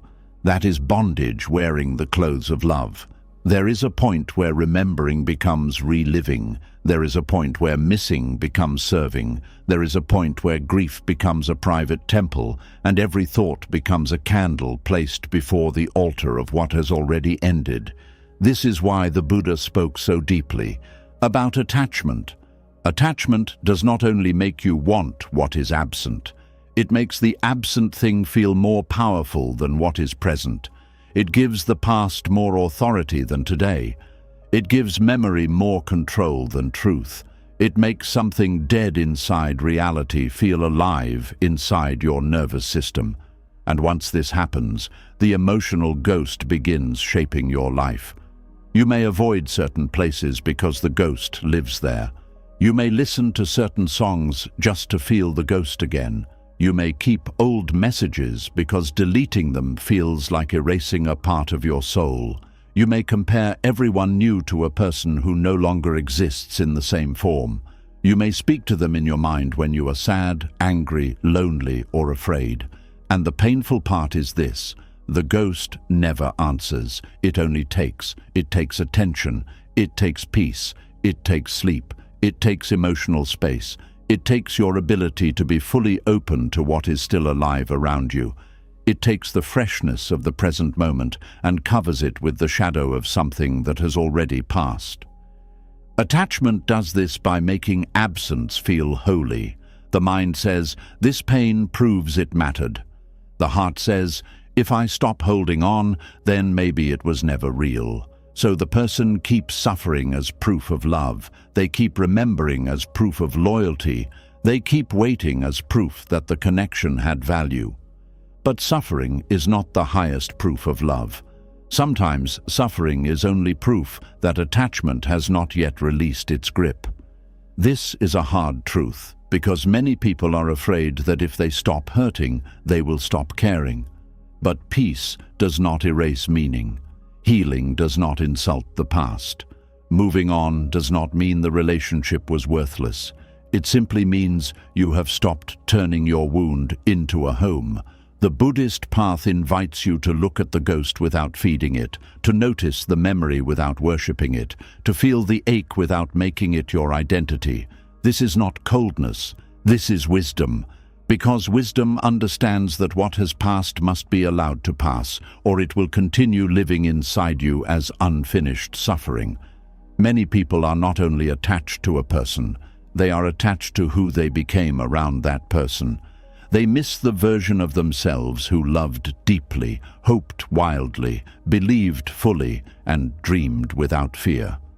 After the ending, they keep returning to the relationship because they think that version of themselves is still hidden there, but that version is not trapped inside the past. That version is part of you. The love you gave came from you. The tenderness you offered came from you. The hope you carried came from you. The loyalty, patience, forgiveness, and emotional depth were not created by the other person. They were revealed through you. When you worship the ghost, you forget this. You think the person was the source of your deepest feelings, when often they were only the mirror that showed you what your heart was capable of holding. This is why attachment is so deceptive. It makes you believe your own beauty belongs to the one who left. It makes you believe your ability to love exists only in relation to them. It makes you believe that without that person, the most alive part of you has disappeared. But that is not true. What you felt was real, but it was not owned by them. What you gave was sacred, but it did not die with the relationship. What opened inside you can open again in wiser, calmer, healthier ways. The ghost only feels powerful because attachment has convinced you that the best parts of your heart were buried with the past.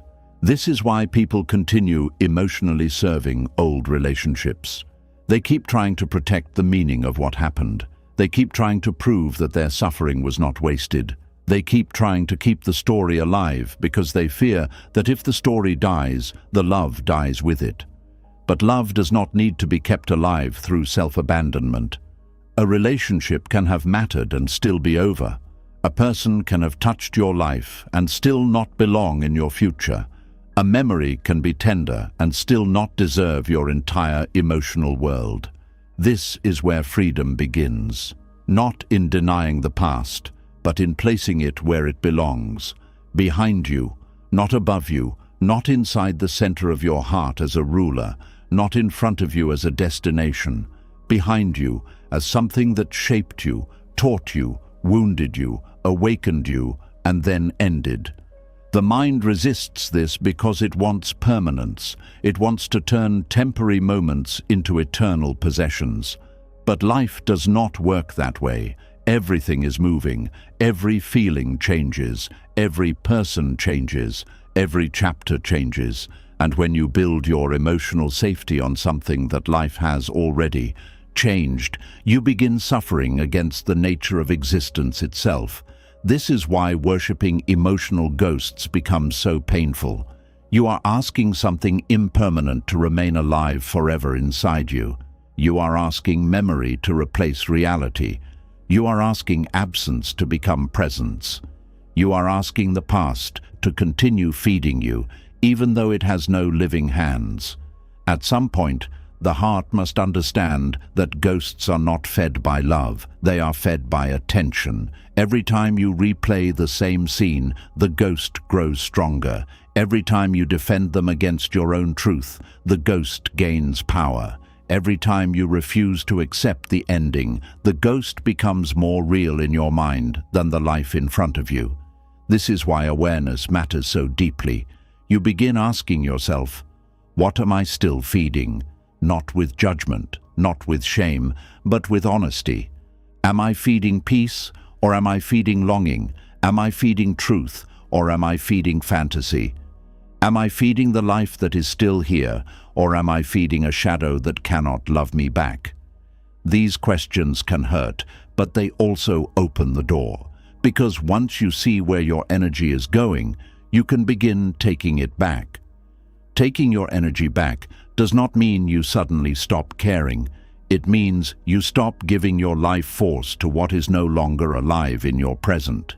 It means you stop shaping your future around someone who is not shaping theirs around you.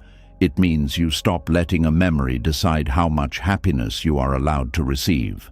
Some people unconsciously remain loyal to pain because happiness feels like betrayal. They think, how can I laugh when I lost so much? How can I love again when that story ended so badly? How can I become someone new when the old version of me is still grieving? But healing is not betrayal. Healing is respect for the life that remains. If something hurt you, the most sacred response is not to keep bleeding for it forever. The most sacred response is to become whole again, to learn, to soften, to grow wiser, to stop letting the wound become the main author of your life. Attachment also makes people worship old identities. This part is subtle. Sometimes you are not only attached to the person, but to who you were during that season. Maybe you were the devoted one, the patient one, the fixer, the rescuer, the one who waited, the one who understood, the one who loved beyond reason, the one who stayed when others would have left.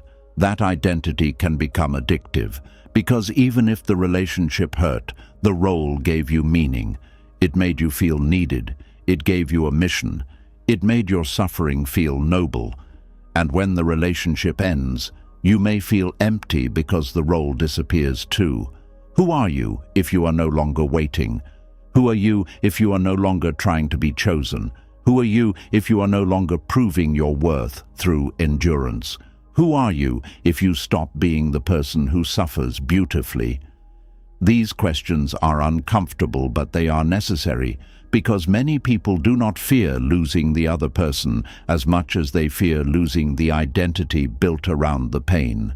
They have lived so long inside the role of the wounded lover, the betrayed soul, the abandoned one, or the hopeful one, that freedom feels unfamiliar. Buddhist wisdom teaches that the self is not fixed. The identity you cling to is also changing. You are not required to remain the version of yourself that pain created. You are allowed to change. You are allowed to outgrow the story.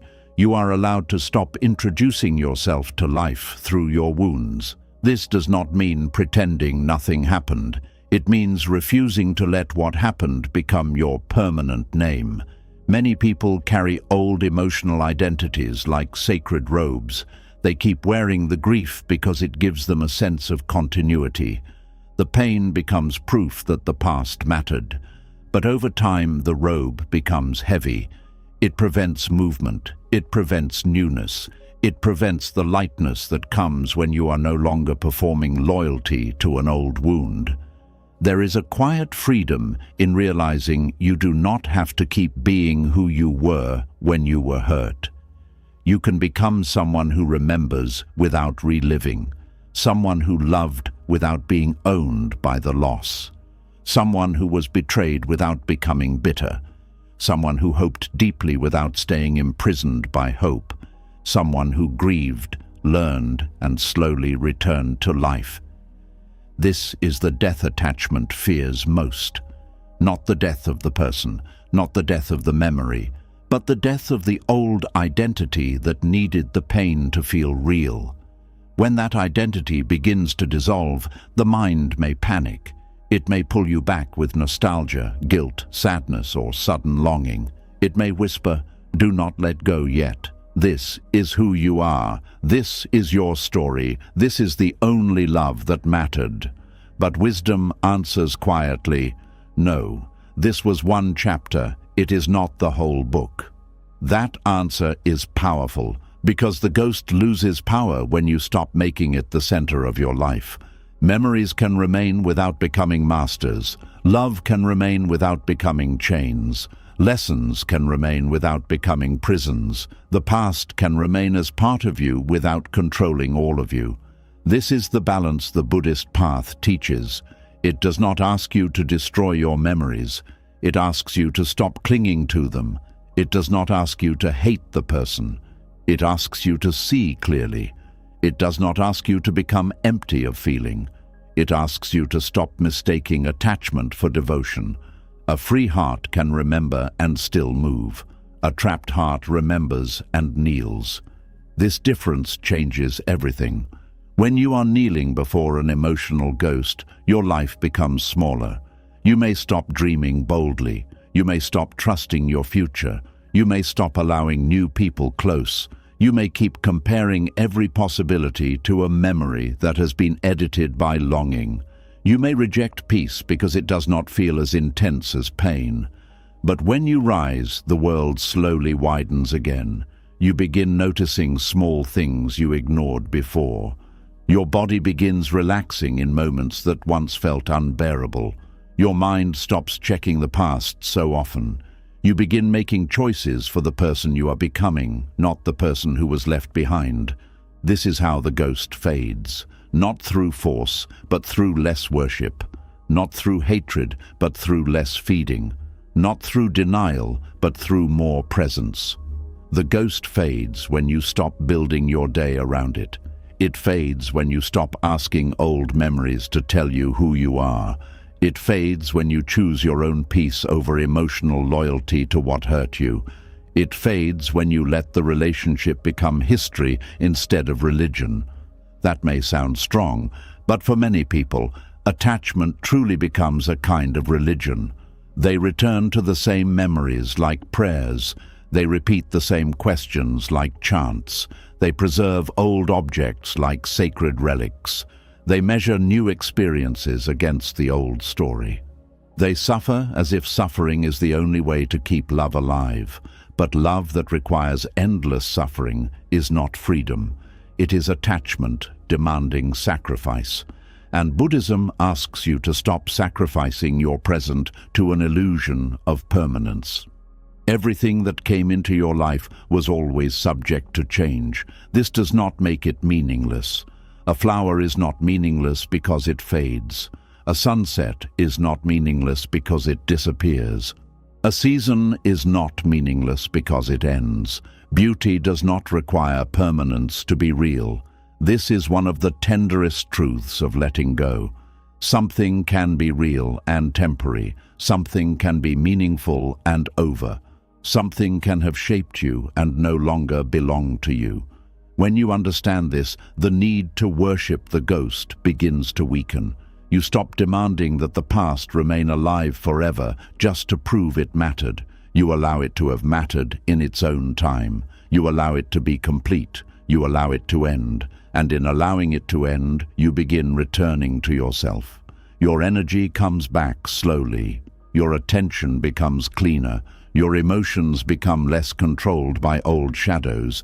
You begin feeling the difference between love and attachment, between memory and obsession, between honoring the past and being haunted by it. This is not a quick process. Some ghosts fade slowly. Some attachments have lived inside the heart for years, but every moment of clear seeing weakens the spell. Every time you choose reality over fantasy, you loosen the chain. Every time you stop feeding the old story, you make space for a new one. And eventually, the heart understands. You are not meant to spend your life serving what has already left. You were not meant to keep proving love through pain. You were not meant to worship memories until the present became invisible. You were not meant to remain emotionally loyal to a version of life that no longer exists. You were meant to wake up, to return, to breathe again, to let the ghosts become ghosts, and let the living life in front of you become sacred again. Because the past may have shaped you, but it is not here to hold you. The memory may visit, but it does not have to rule. The relationship may have mattered, but it does not have to remain your altar. And the version of you who suffered there may deserve compassion, but they do not have to remain your permanent self. The moment you stop worshipping emotional ghosts, you begin discovering a deeper devotion. Not devotion to the past, not devotion to the person who left, not devotion to the wound.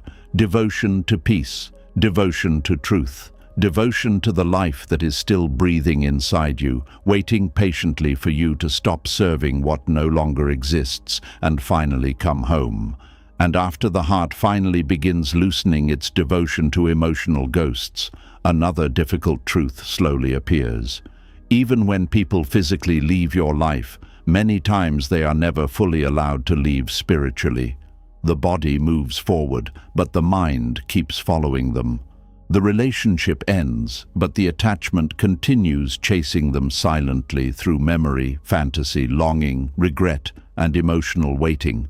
This is where suffering becomes even deeper, because now the person is gone, yet your spirit still walks behind them. There is a quiet kind of pain that comes from refusing to let people leave completely.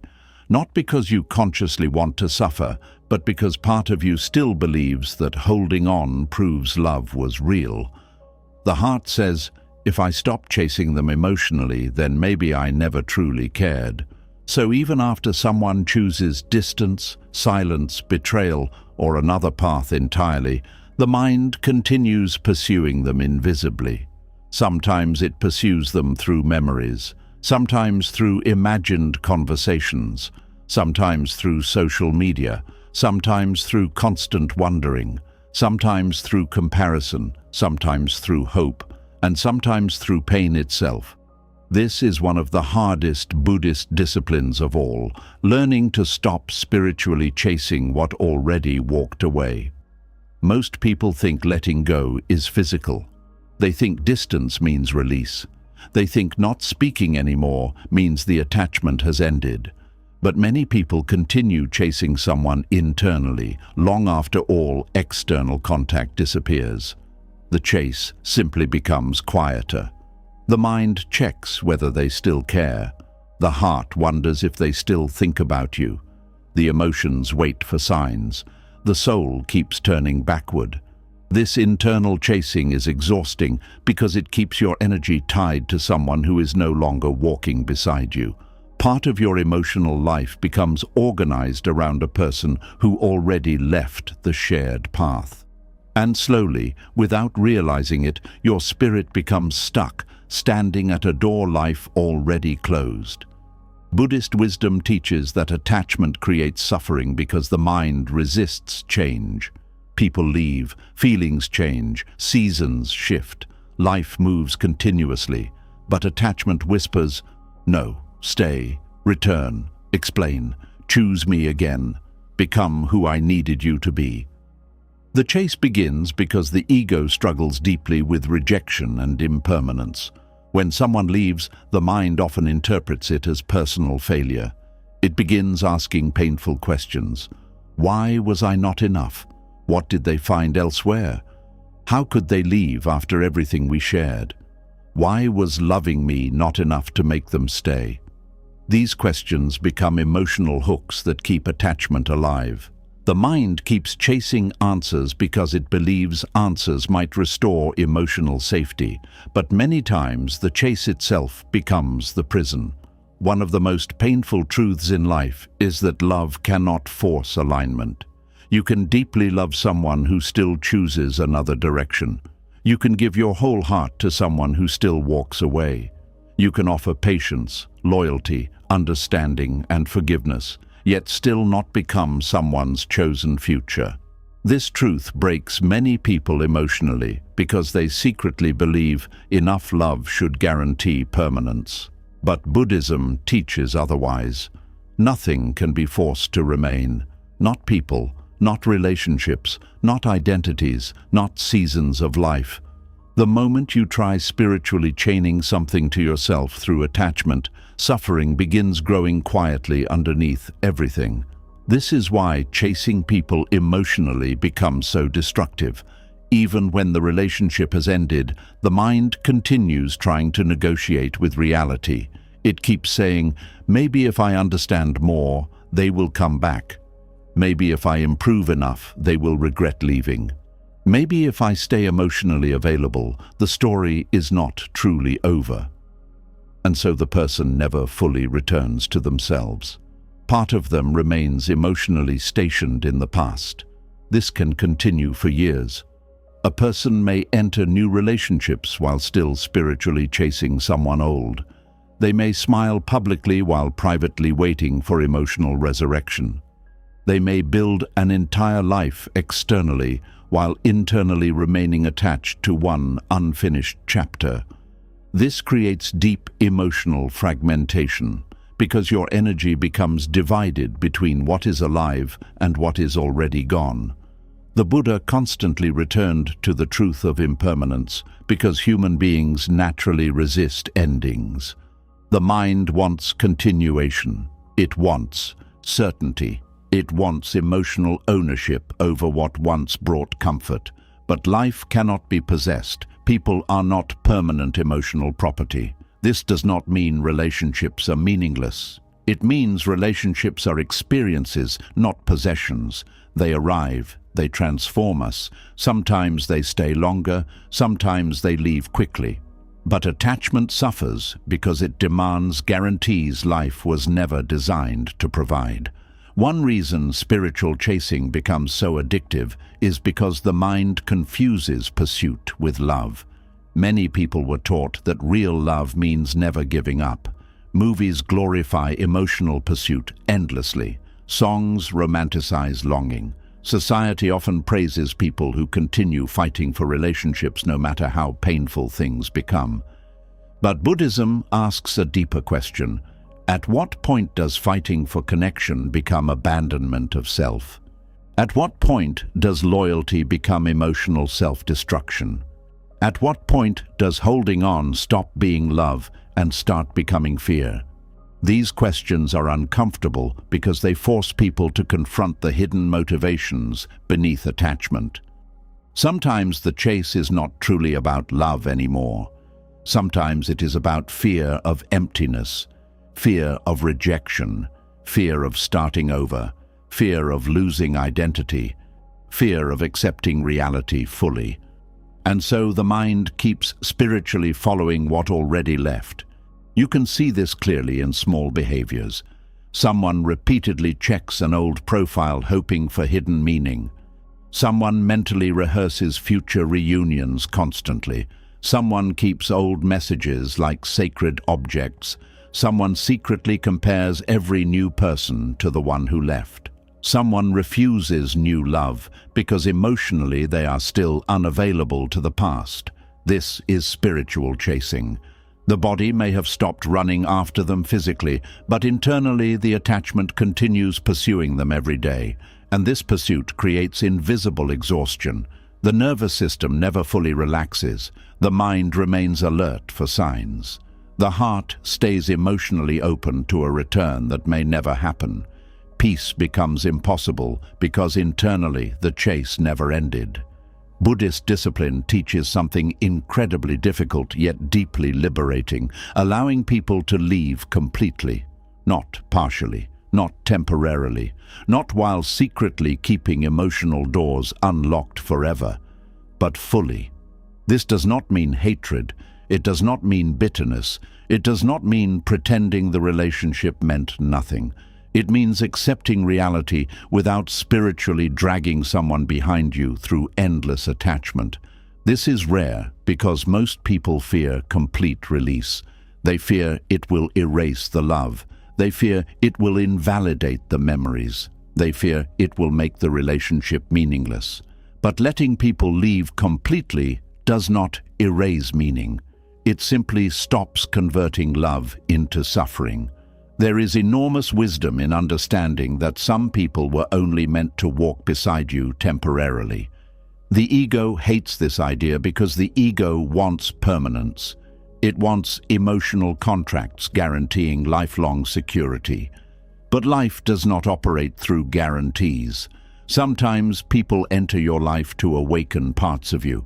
Sometimes they expose wounds you needed to see. Sometimes they teach painful lessons about attachment. Sometimes they mirror your deepest fears and desires. And sometimes they simply share a season before continuing elsewhere. The suffering begins when the mind refuses to allow movement. This is why Buddhism places such deep importance on non-attachment.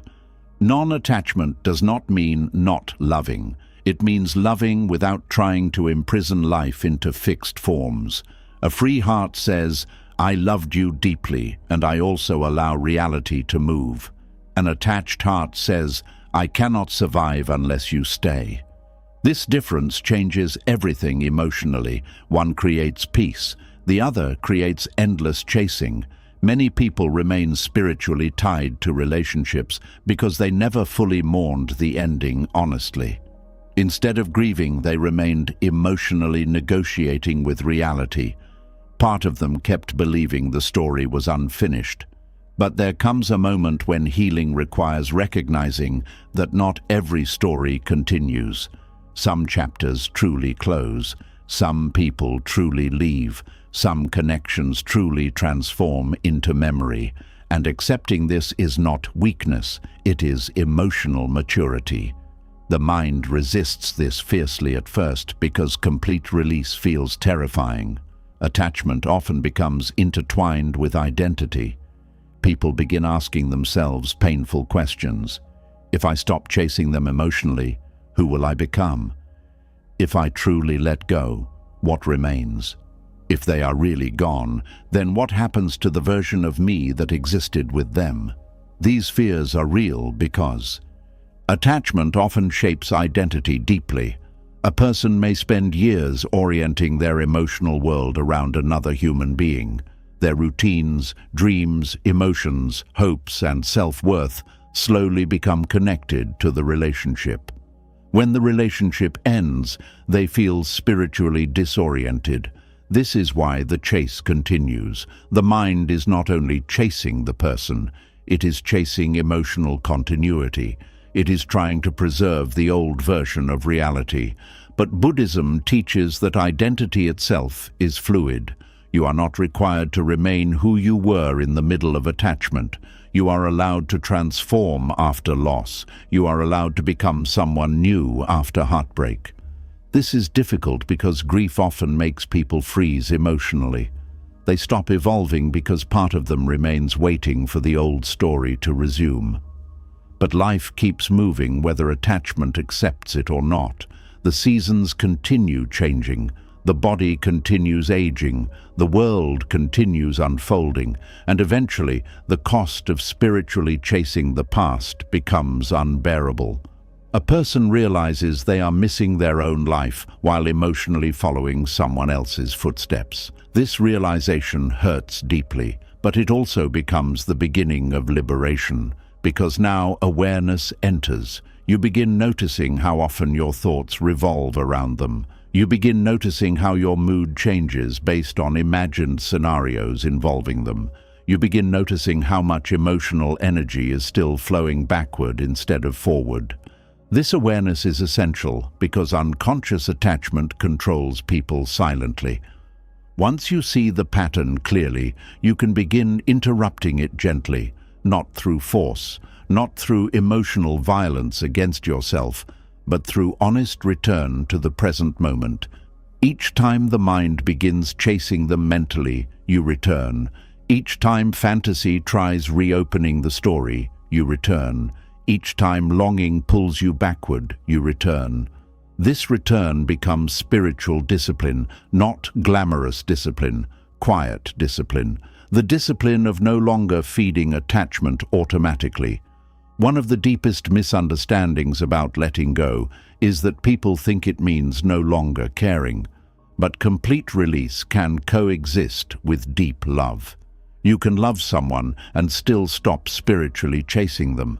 You can honor what existed while accepting what ended. This balance is profound because it allows tenderness without imprisonment. It allows memory without obsession. It allows grief without endless attachment. Many people fear complete release because they think it means emotionally abandoning the relationship. But often, complete release is the most respectful thing possible. Why? Because chasing someone spiritually after they have chosen another path often dishonors reality itself. It keeps both people trapped inside unfinished emotional energy. Freedom begins when reality is allowed to be real. If someone left, they left. If someone changed, they changed. If someone no longer chooses the relationship, that truth must eventually be faced fully. This facing is painful, but pain faced honestly heals far more deeply than pain endlessly avoided through attachment. Buddhist practice constantly returns to presence because presence interrupts chasing. You cannot fully inhabit the present moment while spiritually pursuing someone in the past. Your awareness becomes split. Part of you remains absent from your actual life, and absence from your own life creates suffering. This is why people often feel emotionally numb after heartbreak. Their energy remains elsewhere. They are physically present, but spiritually turned backward. The discipline of letting people leave completely is ultimately the discipline of returning home to yourself. Returning your attention, returning your emotional energy, returning your identity, returning your future, returning your spirit from the endless pursuit of what already walked away. This process happens gradually. At first, the attachment still calls to you constantly. You still want signs. You still replay memories. You still fantasize about reconciliation. You still wonder if they miss you too. This is normal. The goal is not perfection. The goal is awareness and gentle release. Over time, something remarkable begins happening. The emotional urgency weakens. The mind stops chasing constantly. The nervous system relaxes slightly. The obsession loses intensity. And for the first time in a long time, silence no longer feels unbearable. This silence becomes sacred, because within it you begin rediscovering yourself beyond attachment. You begin learning who you are when you are no longer emotionally revolving around another person. You begin reconnecting with your own inner life, your own values, your own peace, your own future. This is one reason Buddhist wisdom emphasizes solitude and stillness. Without external emotional chasing constantly consuming awareness, deeper truths become visible. You begin realizing that much of your suffering came not only from loss itself, but from resistance against loss. The endless inner argument saying, "This should not have ended." Once that argument softens, suffering softens too. Not immediately, not completely, but noticeably. You breathe differently, you sleep differently, you think differently. The world slowly stops revolving around the absence, and eventually a profound truth begins settling into the heart. You cannot walk fully into your future while spiritually chasing someone into the past. At some point, the chase must end. Not because the relationship meant nothing, but because your life still matters too. Your peace matters, your spirit matters, your future matters, and no relationship should require lifelong emotional pursuit after reality has already spoken clearly. This is why letting people leave completely is such a rare discipline. It requires surrendering fantasy. It requires accepting impermanence. It requires facing loneliness honestly instead of escaping through attachment.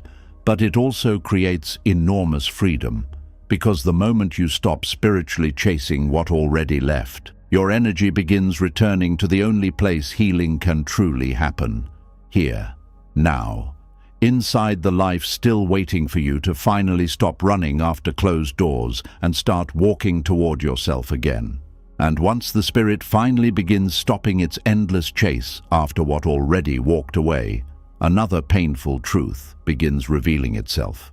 Even after people leave physically, many times the suffering continues because the mind keeps bringing them back internally. The relationship ends once in reality, but inside the mind it keeps happening again and again. This is why some wounds never seem to close. Not because time stopped moving, but because the mind keeps reopening the door every single day. There is a silent form of suffering that most people never notice while it is happening. They think they are simply remembering. They think they are processing emotions. They think they are trying to understand what happened. But often, what they are really doing is reliving the pain repeatedly until the nervous system no longer knows the difference between past and present. The body may be sitting safely in a quiet room, yet emotionally it feels as though the heartbreak is happening all over again. This is the hidden danger of emotional rumination. Buddhist wisdom teaches that the mind has the power to recreate suffering long after an event has already passed. In many ways, the first wound happens in reality, but the deeper suffering happens through repetition inside consciousness. Every time the mind revisits the pain without awareness, it gives the experience new life again. This is what Buddhism means by mental rebirth. The event dies, but the mind keeps resurrecting it. The betrayal ends, but the mind keeps replaying it. The rejection happens once, but the emotional reliving happens thousands of times, and each return strengthens the suffering. This is why some people remain emotionally trapped for years, even when nothing new is happening anymore. The pain is no longer coming from the outside world. It is being continuously recreated internally through thought, memory, imagination, and emotional repetition. The mind becomes both the wounded place and the wound itself. Many people do not realize how powerful repeated thought truly is. Every thought affects the nervous system. Every memory carries emotional energy. When a painful memory is revisited intensely, the body responds as if the experience is happening again in real time. The heart rate changes, muscles tighten, breathing shifts, anxiety rises, sadness deepens. The body cannot always distinguish between physical danger and emotional memory. This is why emotional rumination becomes exhausting. A person may spend hours mentally replaying conversations, imagining alternate outcomes, analyzing small details, or reliving painful moments repeatedly. And with every repetition, the emotional pathways grow stronger. The suffering becomes more deeply carved into the nervous system. Buddhist teaching explains that attention gives energy to experience. Whatever the mind repeatedly feeds becomes stronger inside consciousness. This means that repeatedly feeding painful thoughts deepens attachment to suffering itself. The mind begins creating loops. One memory triggers another. One regret triggers another. One painful question creates 10 more. The person becomes trapped inside mental repetition, and over time, the repetition itself becomes automatic. This is why many people wake up already hurting before the day even begins. Their mind instantly returns to the wound the moment consciousness returns in the morning. Before they even touch the floor with their feet, the memories begin again. The brain becomes conditioned toward suffering, not intentionally, not because the person wants pain, but because the mind develops habits. And emotional habits can become incredibly powerful. Some people replay old arguments every night before sleeping. Others revisit betrayal during quiet moments. Some constantly mentally rehearse what they wish they had said. Others repeatedly imagine conversations that will never happen. All of this creates mental rebirth. The past keeps becoming emotionally alive again. This is one reason Buddhist meditation focuses so deeply on awareness of thought. Most people live completely identified with their thinking. They assume every thought deserves attention, every memory feels important, every emotional impulse feels urgent. But Buddhist wisdom teaches that thoughts are temporary mental events, not ultimate truth. A painful memory can arise without needing to be worshipped. A thought can appear without needing to control the entire nervous system. A feeling can exist without becoming identity. This understanding changes everything, because once you realize the mind is recreating suffering through repetition, you begin understanding why healing requires presence instead of endless mental revisiting. The problem is that emotional rumination disguises itself as problem solving. The mind says, if I think about this long enough, maybe I will finally understand everything. Maybe I will find closure. Maybe I will discover what I missed. But many times the mind is not truly seeking wisdom anymore. It is trapped in emotional compulsion. There is a difference between reflection and rumination. Reflection creates understanding. Rumination creates imprisonment. Reflection eventually brings clarity. Rumination endlessly circles the same pain without resolution. Reflection allows emotional movement. Rumination keeps emotional energy frozen in place. Many people confuse the two. They believe repeatedly revisiting pain is helping them heal. But often they are only deepening the emotional pathways connected to suffering. This is why the pain feels fresh even years later. The wound keeps being emotionally reopened. The Buddha taught that suffering grows through attachment, and one form of attachment is attachment to painful thought itself. Human beings often cling to suffering because suffering creates emotional familiarity. It becomes mentally habitual. The mind begins returning to pain automatically because pain became emotionally practiced. This is especially true after betrayal, heartbreak, humiliation, abandonment, or emotional trauma. The mind keeps scanning the past, searching for certainty. It tries to protect itself from future pain by endlessly reviewing old pain. But this protection becomes self-destruction. The nervous system remains trapped in survival mode. Peace becomes difficult because the mind never truly rests. The body carries emotional exhaustion constantly, and slowly life becomes smaller because so much energy is spent mentally reliving what already happened. One of the most painful aspects of rumination is that it creates emotional time travel. A person stops living in the present moment psychologically. Their awareness remains trapped inside old emotional experiences.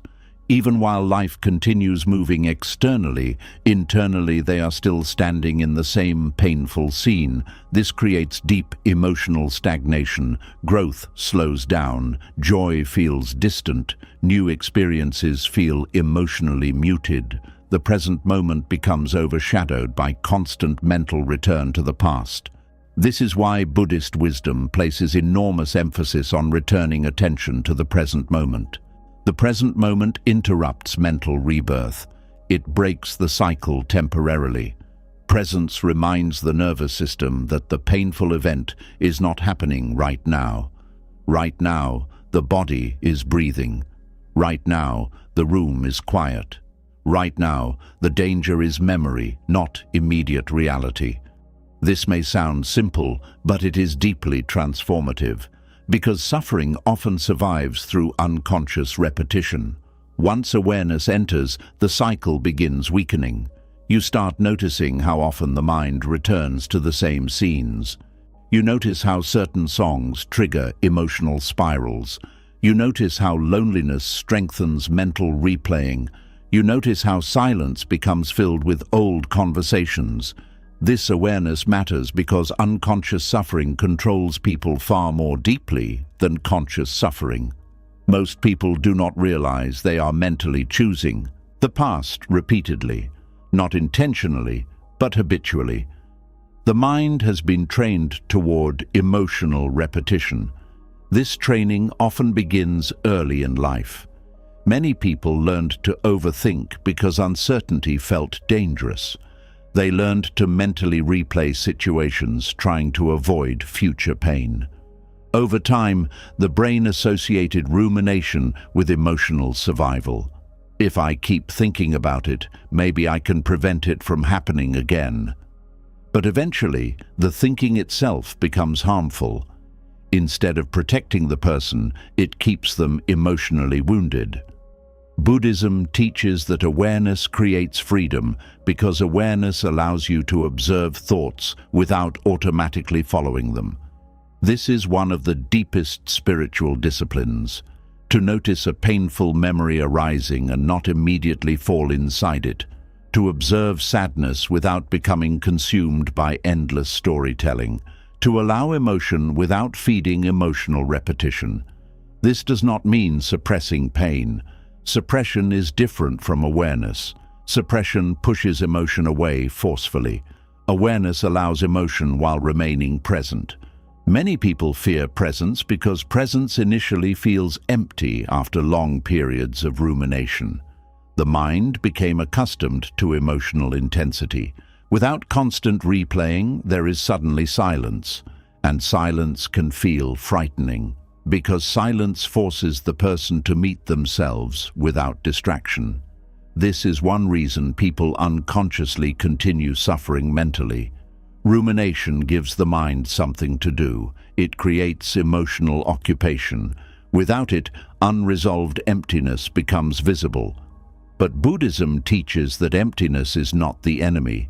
Emptiness is space, and within that space, healing slowly becomes possible. At first, the mind resists this strongly. It keeps pulling attention backward. It says, just think about it one more time. Just revisit the memory again. Just analyze what they meant. Just replay the ending. The mind believes repetition will eventually produce relief, but repetition rarely produces peace. It usually produces deeper emotional exhaustion. This is why people sometimes feel physically drained after hours of overthinking. Emotional rumination consumes enormous nervous system energy. The body remains tense while the mind loops through unresolved pain. Sleep suffers, focus suffers, creativity suffers, presence disappears. The person becomes emotionally trapped inside mental repetition. Buddhist teaching explains that thoughts are like seeds. Whatever thoughts are watered repeatedly grow stronger. If painful thought patterns are constantly reinforced, suffering becomes deeply rooted internally. This does not mean you are responsible for every painful thought that appears. Thoughts naturally arise.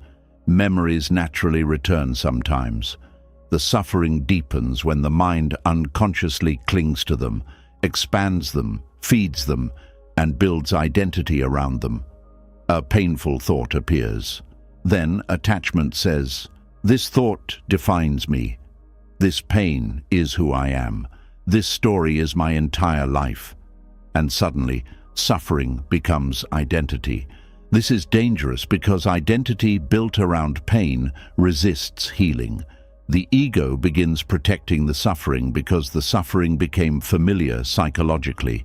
The person starts introducing themselves internally through the wound.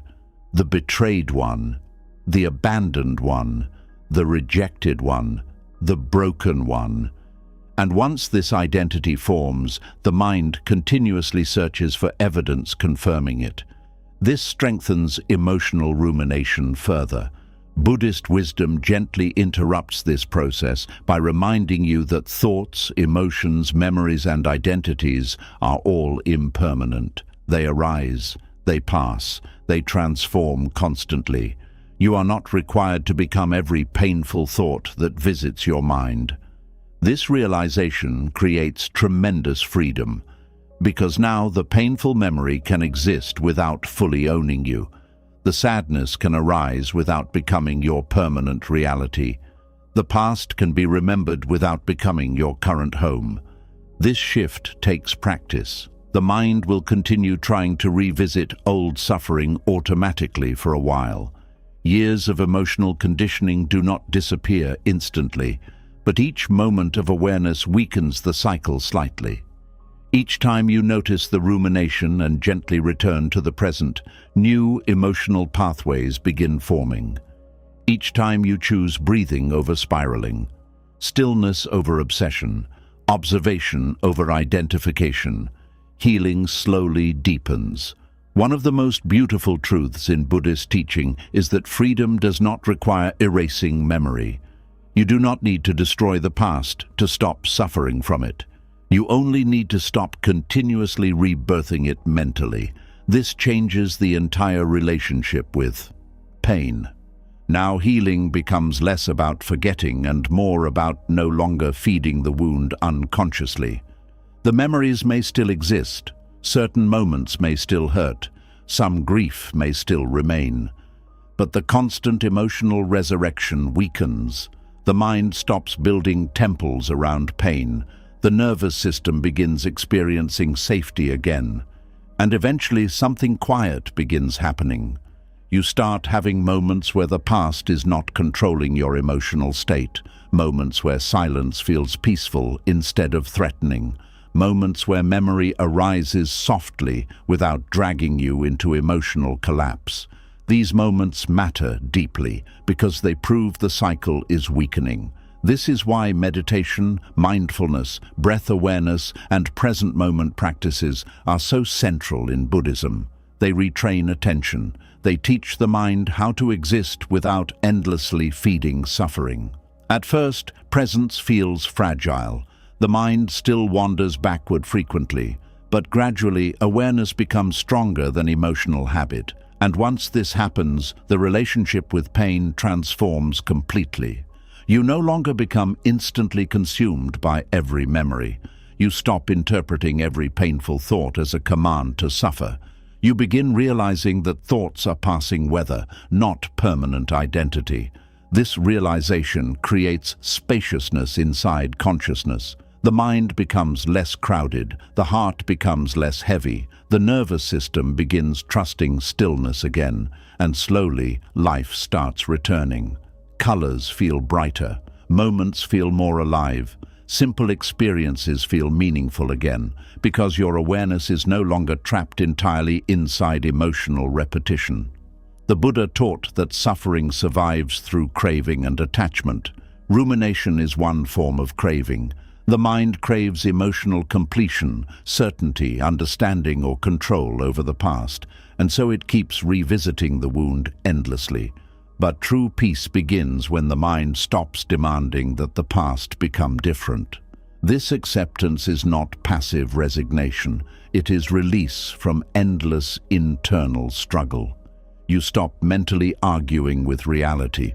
You stop trying to emotionally rewrite what already happened. You stop reopening wounds, hoping they will finally produce a different outcome. And within this release, enormous healing becomes possible. Not because the past disappears, but because you finally stop carrying it into every present moment repeatedly. There is profound wisdom in realizing that the event itself may have lasted days, months, or years, but the suffering afterward often continues because the mind keeps recreating it internally. Once this becomes visible, compassion becomes important, not self-hatred, not shame for overthinking. Compassion, because the mind was trying to protect you the only way it knew how. It kept revisiting the pain, trying to gain control over uncertainty. But eventually, wisdom gently says, "You do not need to keep reliving the fire to prove you survived it." That sentence alone can change a life. You survived. The event ended, the memory remains, but it does not need to become your permanent emotional climate. And slowly, through awareness, presence, and gentle release, the cycle of mental rebirth begins weakening. The wound finally stops being reopened every day. The nervous system slowly exits survival mode. The heart begins resting again. And for the first time in a very long time, the past starts becoming something you remember instead of something you continuously live inside.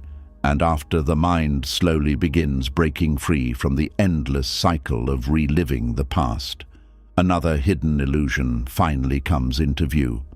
Beneath the overthinking, beneath the rumination, beneath the emotional replaying, there is often one quiet belief controlling everything else. The belief that peace cannot fully return unless they return too. This belief is one of the deepest emotional traps the human heart can fall into. Because as long as healing depends on another person's return, your peace remains outside your own hands.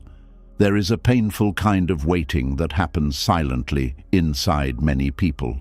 They continue living their lives on the surface, but deep down they are emotionally paused. A part of them still believes that true healing will only begin if the person comes back, apologizes, changes, explains everything, or finally becomes the version they once hoped for. Until then, the heart remains unfinished. This illusion becomes incredibly powerful after betrayal, abandonment, heartbreak, or emotional loss. The mind begins attaching salvation to the person who caused the wound. It quietly says, if they return, then maybe the pain will finally make sense. If they choose me again, maybe I will finally feel worthy. If they come back changed, maybe my suffering will finally end. And so healing becomes delayed indefinitely. The person unknowingly places their inner peace inside someone else's future decisions. This is one of the deepest forms of attachment because it transforms another human being into the emotional gatekeeper of your wholeness. Buddhist wisdom teaches that suffering grows whenever happiness becomes dependent on conditions outside yourself. As long as peace requires a specific outcome, the mind remains trapped in craving. It keeps saying, I can only be okay if reality changes. But reality may never change in the way attachment demands. This is why the illusion becomes so painful. The mind keeps building emotional survival around something uncertain: a message, a return, a reunion, a confession, an apology, a sudden transformation. And because these things remain outside your control, your nervous system stays emotionally unstable. Your peace becomes fragile because it depends on possibilities instead of presence. Many people do not realize how deeply they have tied their worth to another person's return. They think they simply miss someone, but underneath the missing is often a deeper belief. If they come back, then I matter. If they regret losing me, then I was valuable. If they choose me again, then I am lovable. This is why rejection hurts so deeply. It attacks identity. The mind begins interpreting someone's departure as proof of personal inadequacy. Instead of seeing another person's choices as reflections of their own path, limitations, wounds, or emotional capacity, the suffering person internalizes the abandonment completely. And once this happens, healing becomes attached to external validation. The heart starts waiting for emotional rescue from the same place the wound came from. This creates enormous suffering because the person unknowingly gives away their emotional authority. They place their sense of completeness into someone else's hands. The mind keeps believing that the missing piece of peace exists outside the self. But Buddhist teaching gently points in another direction. The peace you seek cannot fully arrive from the return of another person because the deepest wound was never only their absence. The deepest wound became the belief that without them, you are incomplete. This belief quietly controls countless lives. Some people spend years emotionally unavailable to the present because they are still waiting for someone's return to restore meaning to their life. Others reject new possibilities because emotionally they are still reserved for an old attachment. Some continue secretly hoping for reconciliation long after reality has clearly moved elsewhere. And during all this waiting, life continues passing by. The Buddha taught that attachment creates illusion, and one of the strongest illusions is believing another person contains your wholeness. Love can deeply enrich life, but no human being was meant to become the sole foundation of your emotional existence. When this happens, attachment turns into dependency. Dependency says, "Without you, I cannot feel alive." Dependency says, "Without your love, I cannot recognize my worth." Dependency says, "Without your return, I cannot move forward." This is why heartbreak often feels like identity collapse. The relationship did not simply end externally. Internally, the mind lost the emotional structure it depended on for security, meaning, and self-recognition. And suddenly, emptiness appears everywhere. The person feels emotionally disoriented. Food tastes different. The world feels quieter. Nothing feels exciting. The future loses color. Not only because someone left, but because the self became emotionally fused with the relationship. Buddhist wisdom constantly reminds us that attachment creates suffering because all external conditions are temporary. People change, relationships shift, life moves unpredictably. If your inner stability depends entirely on something impermanent remaining unchanged forever, suffering becomes inevitable. This truth sounds harsh at first, but hidden inside it is enormous freedom. Because if your peace was never truly inside another person, then your healing does not require their return either. This realization can feel shocking. The mind resists it fiercely because attachment desperately wants reunion to become salvation. It wants the story repaired externally. It wants emotional justice. It wants reassurance that the love mattered enough to bring the person back. But even when reunions happen, they rarely heal the deeper wound automatically. Many people spend years fantasizing about reconciliation, only to realize afterward that the return did not create the peace they expected. Why? Because the original suffering often came from internal dependency, not merely physical separation. A person may return while the insecurity remains. The relationship may resume while the fear of abandonment continues underneath. The longing may temporarily quiet down, but attachment still creates instability.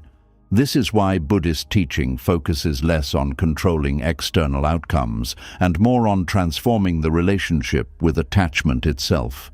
True peace begins the moment you stop needing someone's return to feel whole.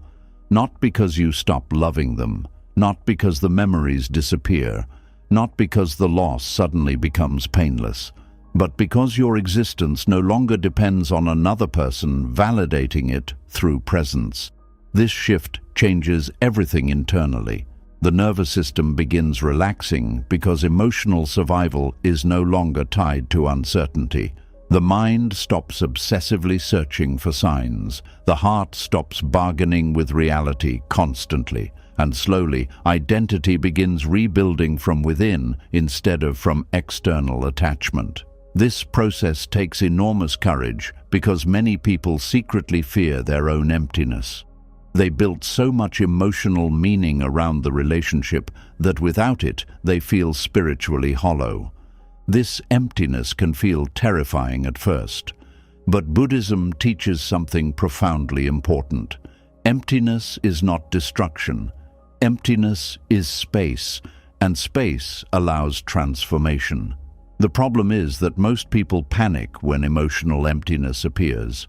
Instead of sitting with it, they immediately try filling it through fantasy, hope, memory, distraction, or emotional chasing. They fear what will happen if they fully stop depending on the other person internally. But eventually, the soul grows exhausted from dependency. The waiting becomes too painful. The emotional instability becomes unbearable.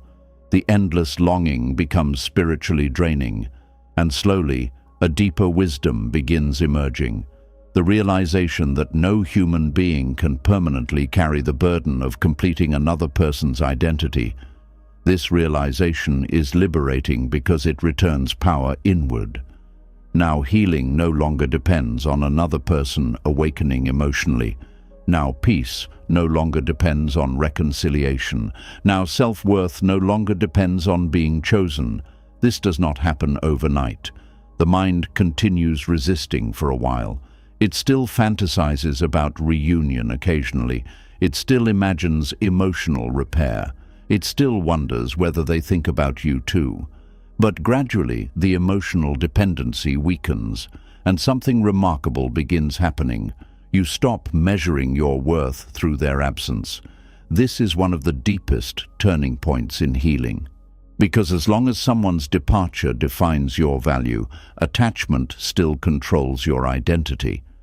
The moment you stop interpreting abandonment as proof of inadequacy, emotional freedom begins appearing. The Buddha taught that suffering decreases when craving decreases. Craving is not only craving pleasure, it is also craving emotional outcomes. Craving reconciliation, craving validation, craving certainty, craving emotional rescue. The mind keeps saying, "I need this to happen before I can be okay." But true liberation begins when the heart whispers something radically different. "I can survive even if this never changes." That sentence transforms the nervous system, because now emotional stability no longer depends entirely on the outside world. You stop emotionally kneeling before uncertainty. You stop worshipping possibilities. You stop treating another person's future decisions as the source of your inner life. This does not mean becoming emotionally numb. It means becoming emotionally grounded. Grounded people can love deeply without collapsing when life changes. Grounded people can grieve honestly without losing themselves entirely. Grounded people understand that relationships enrich life, but do not define the total worth of existence itself. This understanding creates tremendous peace, because once you stop needing someone's return to feel whole, their absence loses some of its power over your nervous system. You stop mentally revolving around them constantly. The emotional urgency weakens, the fantasy begins dissolving, and slowly your attention returns to your own life again. This return is sacred, because many people abandon themselves emotionally while waiting for someone else. They stop developing, stop dreaming, stop opening, stop living fully. Part of them remains emotionally frozen in the past, but life continues asking for participation. Life continues unfolding, and eventually the heart realizes something profound. The person you were waiting for to save you from emptiness was never supposed to become your entire source of emotional wholeness in the first place. This realization can feel painful because it dismantles fantasy. But fantasy was exhausting you. Fantasy kept your healing delayed. Fantasy kept your identity externally dependent. Reality, though painful initially, eventually creates freedom. One of the most transformative moments in healing happens when you notice yourself feeling peaceful without thinking about them for a while. At first, this moment feels strange, almost guilty. Part of the mind panics and says, "Does this mean I no longer care?" But what is actually happening is something beautiful. Your nervous system is finally experiencing life beyond attachment. These moments grow slowly. You laugh sincerely again. You enjoy simple experiences again. You wake up without immediate heaviness sometimes. The world begins feeling alive beyond the relationship. And gradually, the illusion weakens. You realize healing was never hiding inside their return. Healing was hiding inside your return to yourself. This changes the entire journey. Now, instead of emotionally waiting for another person to rescue your peace, you begin cultivating peace internally through awareness, presence, compassion, stillness, honesty, self-respect, emotional responsibility. These become the new foundation, not another person's behavior, not uncertain possibilities, not emotional fantasy. This foundation is far more stable because it cannot be taken away as easily by external change. The Buddha constantly emphasized inner awareness because anything dependent entirely on external conditions eventually becomes unstable. This includes relationships when attachment turns them into emotional survival systems. Healthy love flows freely. Attachment clings desperately. Healthy love appreciates presence. Attachment fears absence constantly. Healthy love allows change. Attachment fights reality endlessly. This distinction becomes clearer as healing deepens. You begin understanding that wanting someone is not the same as needing them for emotional existence. And this difference creates immense liberation, because now you can remember someone without collapsing emotionally. You can miss them without becoming imprisoned by longing. You can appreciate what existed without requiring its return for your happiness. This balance is one of the deepest forms of emotional maturity, and eventually, another truth quietly emerges. The version of yourself waiting desperately for their return was often the version most disconnected from inner peace. Waiting kept you emotionally suspended. Waiting kept your nervous system unstable. Waiting kept your life postponed. But now, without noticing it at first, something inside begins standing on its own again. You begin making choices based on your own well-being instead of imagined reconciliation. You stop asking whether every action might bring them back. You stop shaping your identity around being chosen. You stop treating your future like a waiting room. And this is where true healing finally begins breathing fully. Not because the loss disappeared, not because the memories vanished, but because your soul finally stopped handing its wholeness to someone else. The Buddha taught that freedom begins where attachment loosens its grip. And one of the deepest attachments humans carry is the belief that another person holds the missing piece of themselves, But wholeness was never lost. It was simply buried beneath dependency, fear, longing, and emotional identification. The moment you stop needing another person's return to validate your existence, you begin discovering something extraordinary. You were never incomplete to begin with. You were wounded. You were grieving. You were attached. You were afraid. But incomplete? No. Your value did not leave with them. Your future did not leave with them. Your soul did not leave with them. Only the attachment convinced you otherwise. And once that attachment begins dissolving, peace slowly enters the spaces where desperation once lived, quietly, gently, honestly, until one day you realize something that once felt impossible. You no longer need someone's return to feel alive inside your own life again. And once the heart finally begins realizing that peace does not depend on someone's return, another hidden layer of suffering becomes visible. Because even after people understand they do not need another person to come back, many still struggle with something quieter, deeper, and far more subtle. They built their emotional survival around another human being without realizing it. Little by little, attachment stopped being love and became dependence. Their mood depended on another person's attention. Their peace depended on another person's consistency. Their self-worth depended on another person's affection. Their emotional stability depended on another person staying emotionally available. And slowly, without noticing, inner peace disappeared. There is a form of emotional dependency that does not look dramatic from the outside. A person can appear independent, successful, calm, even emotionally strong. But internally, their emotional world revolves around another human being so completely that they no longer know how to feel safe within themselves. Their nervous system depends on external reassurance. Their happiness depends on emotional validation. Their calm depends on another person not withdrawing. This is why attachment becomes so dangerous. It quietly replaces inner stability with emotional dependence until your peace no longer belongs to you. Buddhist wisdom teaches that suffering grows whenever the mind attaches its sense of safety to impermanent things.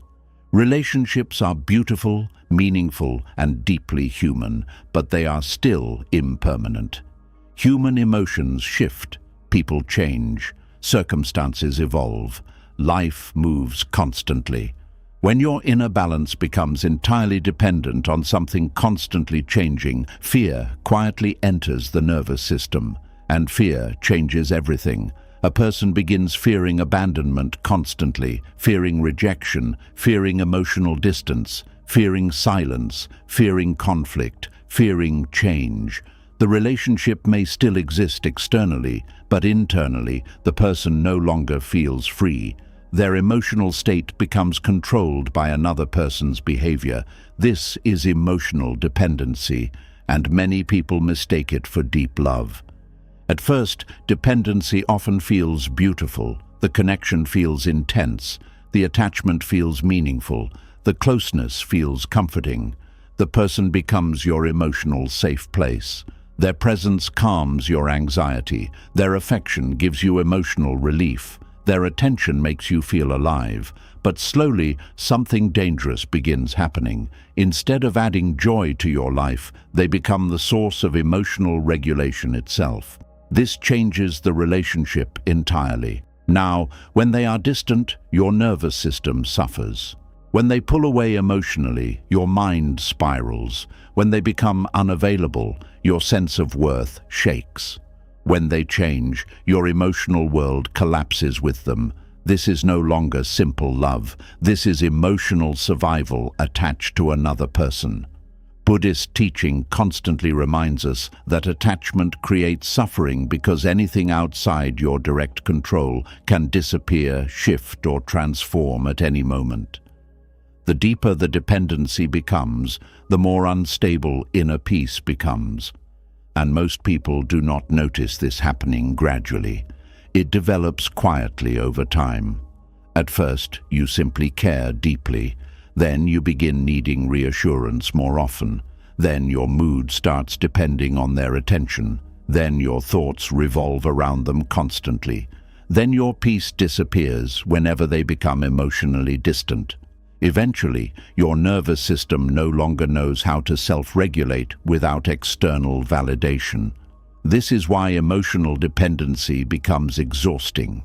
The mind becomes hyper-alert constantly, analyzing tone changes, reading messages repeatedly, searching for hidden meanings, watching for emotional shifts, trying to prevent abandonment before it happens. The body stays tense because emotional safety now depends on unpredictable external behavior. This creates chronic anxiety. Many people think they are simply sensitive or loving deeply, but often they are emotionally dependent without realizing it. Their inner stability has slowly been outsourced to another human being. This creates enormous suffering because no person can permanently regulate another person's entire emotional world perfectly. Eventually, disappointment becomes inevitable. No human being can provide constant reassurance forever. No relationship can eliminate insecurity completely. No partner can permanently prevent fear, loneliness, uncertainty, or pain from existing inside another person. And when dependency exists, every imperfection inside the relationship feels emotionally catastrophic. A delayed reply feels threatening. Emotional distance feels terrifying. Small conflicts feel devastating. The mind immediately fears abandonment because peace itself feels unstable without external connection. This is one reason attachment creates so much anxiety. The person is no longer standing emotionally on their own inner ground. They are standing on another person's changing emotions, and emotions are unstable terrain. Buddhist wisdom teaches that true peace cannot depend entirely on unstable conditions. This does not mean relationships are unimportant. It means your entire emotional survival cannot be built around another person's presence without suffering eventually appearing. One of the clearest signs emotional dependency has replaced inner peace is when solitude begins feeling unbearable. A dependent mind often panics in emotional stillness. Without constant connection, reassurance, or attention, emptiness begins surfacing. This emptiness can feel frightening because dependency often distracts people from their deeper relationship with themselves. Many individuals stay emotionally attached not because the relationship is healthy, but because being alone forces them to face unresolved insecurity internally. And so attachment becomes emotional escape. The relationship becomes a shield against loneliness, uncertainty, self-doubt, or inner emptiness. This is why breakups often feel emotionally catastrophic beyond the relationship itself. The person loses not only companionship, but also the external emotional structure regulating their inner world. Suddenly, all the emotions dependency was covering begin surfacing at once.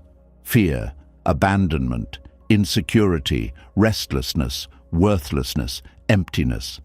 And because the person never fully learned how to sit peacefully with themselves, the suffering feels overwhelming. Buddhism teaches that freedom begins when the mind learns to rest within itself, instead of endlessly searching outside itself for completion. This does not mean isolation, it means emotional grounding. A grounded person can love deeply without collapsing internally whenever circumstances shift. A grounded person appreciates connection without building identity entirely around it. A grounded person experiences loss without losing all inner stability.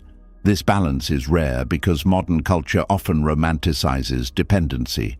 People are taught that overwhelming attachment equals passion. Emotional obsession gets called soul connection. Constant anxiety gets mistaken for deep love. But true love does not destroy inner peace constantly. Attachment does. This distinction is essential. Love allows breathing. Dependency creates emotional suffocation. Love appreciates another person. Dependency emotionally consumes them. Love coexists with inner stability.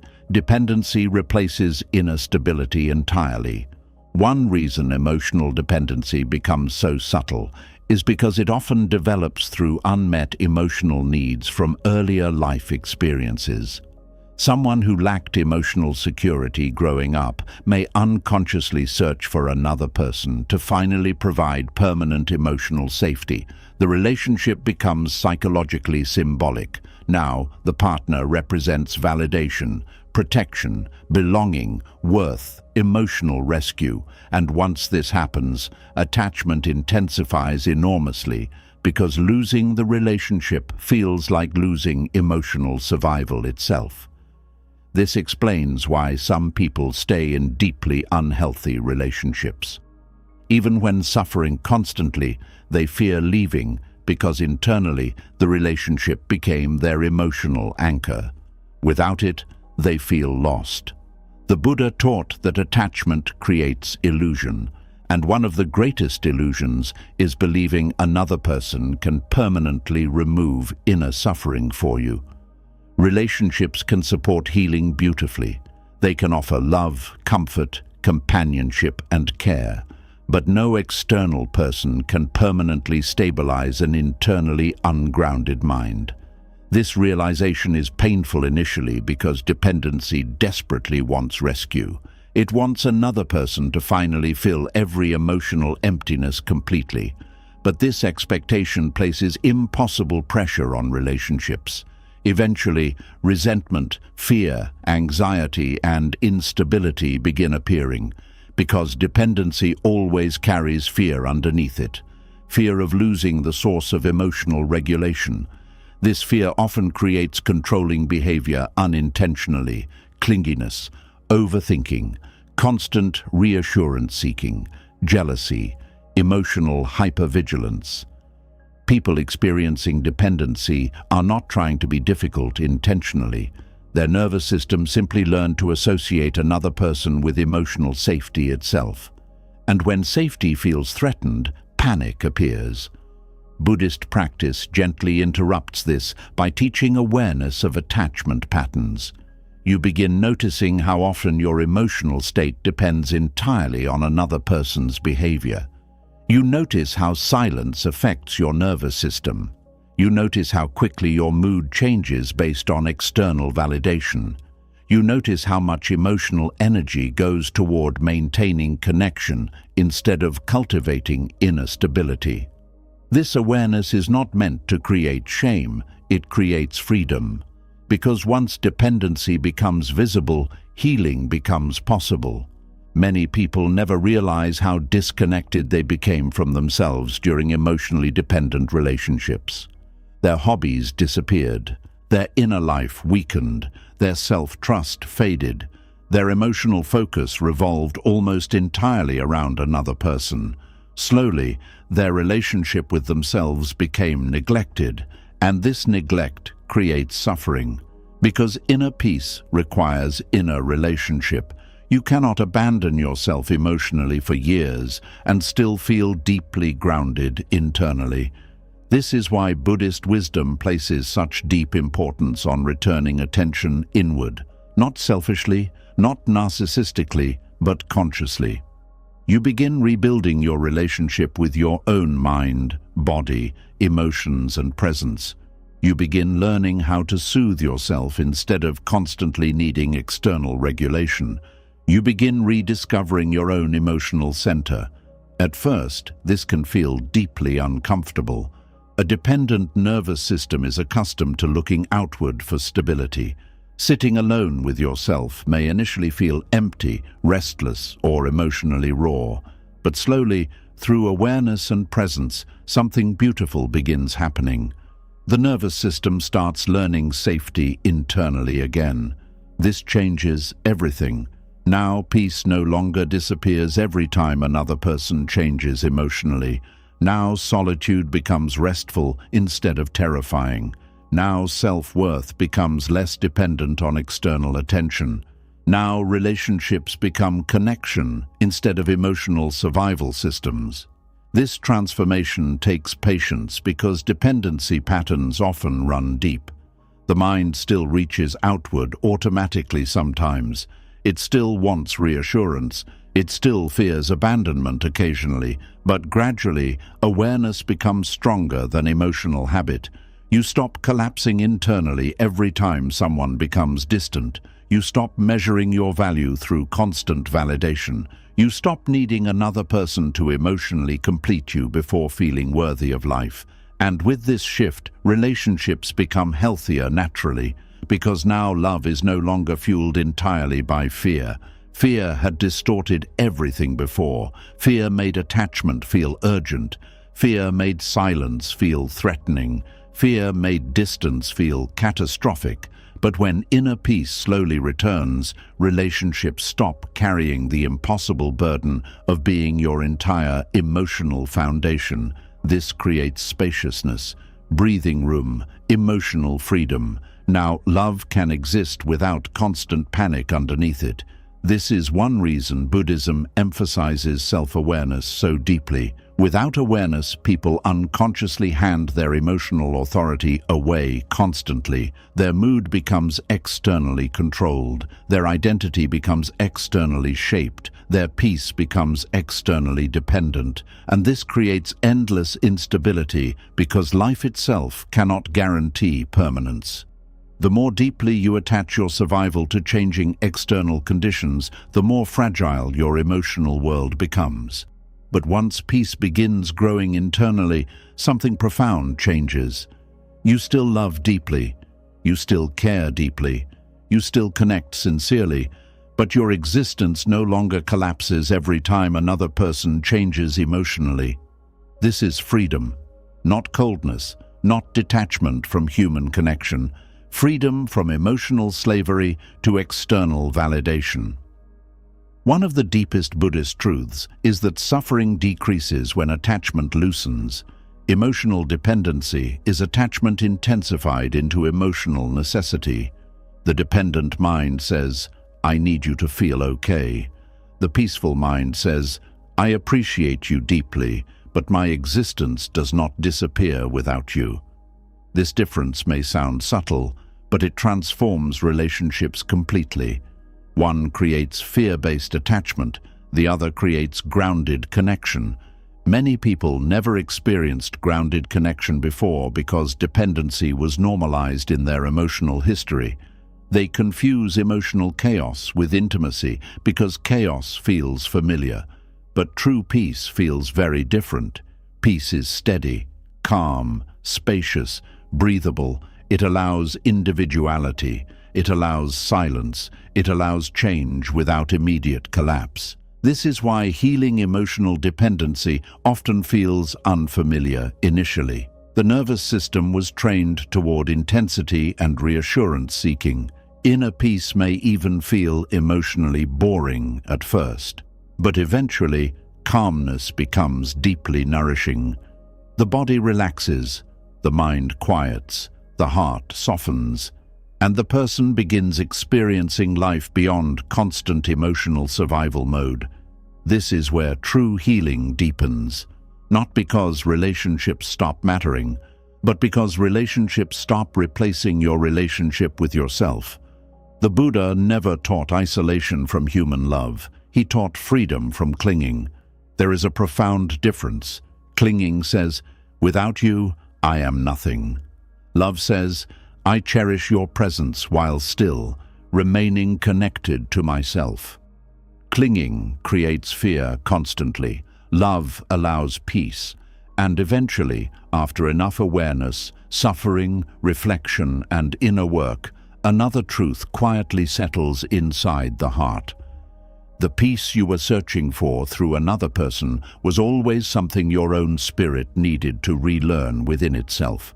Not because human connection is meaningless, but because no external love can permanently replace inner grounding. This realization is deeply liberating, because now your peace no longer depends entirely on uncertain conditions. Now, your worth no longer rises and falls through another person's attention. Now, your nervous system slowly learns that safety can exist even in solitude. And perhaps for the first time in a very long time, you begin feeling something that attachment had quietly stolen from you for years. A calm relationship with your own existence. And once you begin feeling a calm relationship with your own existence, another truth becomes easier to understand. The suffering was never only about loving someone. It was about asking something temporary to become permanent. It was about holding a passing moment as if it owed you forever. It was about placing your peace inside hands that life itself was always capable of opening. This is where Buddhist wisdom becomes painfully clear. You suffer more deeply when you demand permanence from what was never built to stay unchanged. There is a quiet ache that comes when the heart wants life to freeze a beautiful moment and keep it untouched forever. A person enters your life, and suddenly you want their affection to remain the same. A season feels warm, and you want it to last. A relationship gives you meaning, and you begin believing it should never change. But life does not ask our permission before it moves. It changes anyway. This is one of the hardest truths to accept, because the heart naturally wants security. It wants to know who will stay, what will last, and where it can rest without fear. But Buddhism teaches that everything formed by conditions is impermanent. Every meeting depends on conditions. Every relationship depends on conditions. Every feeling depends on conditions. Every chapter depends on conditions. And when those conditions change, the form also changes. This does not mean love is fake. It means love is alive. And because it is alive, it moves. A flower is not false because it fades. A sunset is not meaningless because it disappears. A season is not worthless because it ends. In the same way, a person was not meaningless because they changed. A relationship was not unreal because it ended. A moment was not empty because it could not last forever. But attachment does not understand this. Attachment says, if it mattered, it should stay. Wisdom says, it mattered, and still it was temporary. That one difference can change your whole life. Grasping begins when the heart tries to hold life still. It is not just loving someone. It is demanding that they remain the version of themselves your heart first trusted. It is not just enjoying a moment. It is refusing to let the moment pass. It is not just remembering the past. It is trying to live there again, even after life has moved on. And the tighter you grasp, the more painful change becomes. This is why suffering often grows after beautiful experiences. The beauty itself is not the problem. The problem is the demand that beauty must remain unchanged. The mind tastes joy, then immediately becomes afraid of losing it. It receives love, then begins fearing abandonment. It feels closeness, then begins trying to control the future. So even in happiness, attachment plants fear. This is one of the deepest reasons people suffer in relationships. They are not only experiencing love, they are trying to secure love against impermanence. They want guarantees from another human being who is also changing, growing, wounded, uncertain, and temporary. They want certainty from life, but life keeps speaking in movement. Buddhist wisdom does not say this to make the heart cold. It says this to make the heart honest. Because when you understand impermanence, you stop treating change as betrayal. You stop acting as if every ending means life was cruel to you. You stop believing that because someone changed, your whole life has been robbed of meaning. You begin seeing that change is not a mistake in life. Change is the nature of life. People change because they are not fixed objects. They are living beings with fears, desires, wounds, confusion, growth, weakness, and choices. The person who once held you close may later become distant. The person who once understood you may later misunderstand you. The person who once promised forever may later discover they cannot remain. This hurts, but it is not outside the law of life. The pain becomes deeper when the mind says, they were not supposed to change. But everything changes. The body changes, the mind changes, feelings change, priorities change, needs change. Even the self you are defending today is not the same self you were years ago. You are also impermanent. This is important because attachment often makes us see only other people's changes as painful. We forget that we too are constantly becoming someone new. The things that once comforted you may no longer comfort you. The dreams you once chased may no longer fit you. The people you once needed may no longer belong to your path. Life is not only taking things from you, it is also moving you forward, even when the movement hurts. Grasping resists this movement. It says, no, stay here, stay this way, stay mine, stay familiar. But life cannot obey that demand, and every time reality refuses to obey attachment, suffering appears. This is why the Buddha placed so much emphasis on seeing clearly. Clear seeing means looking at a person, a moment, or a relationship without demanding that it become permanent before you allow yourself to feel peace. Clear seeing says, this is here now, and I will meet it with presence. Attachment says, this must stay, or I cannot be okay. One creates gratitude, the other creates fear. When you grasp at temporary people, you stop truly meeting them. You begin managing them. You monitor their tone. You watch their behavior. You fear their silence. You try to predict their feelings. You become less present with them because you are too busy trying to protect yourself from losing them. This is how attachment quietly steals the joy it is trying to preserve. You may be with someone physically, but mentally you are already afraid of the day they may leave. You may be inside a beautiful season, but emotionally you are already anxious about its ending. You may receive love, but instead of resting in it, the mind begins asking, how long will this last? So the moment is never fully lived. It is only guarded. And what is guarded with fear cannot be enjoyed with freedom.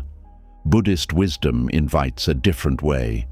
It teaches you to love what is present without trying to possess it, to appreciate what is here without pretending it belongs to you forever, to hold life with an open hand, not because you care less, but because you understand more. An open hand can receive, a closed fist can only strain.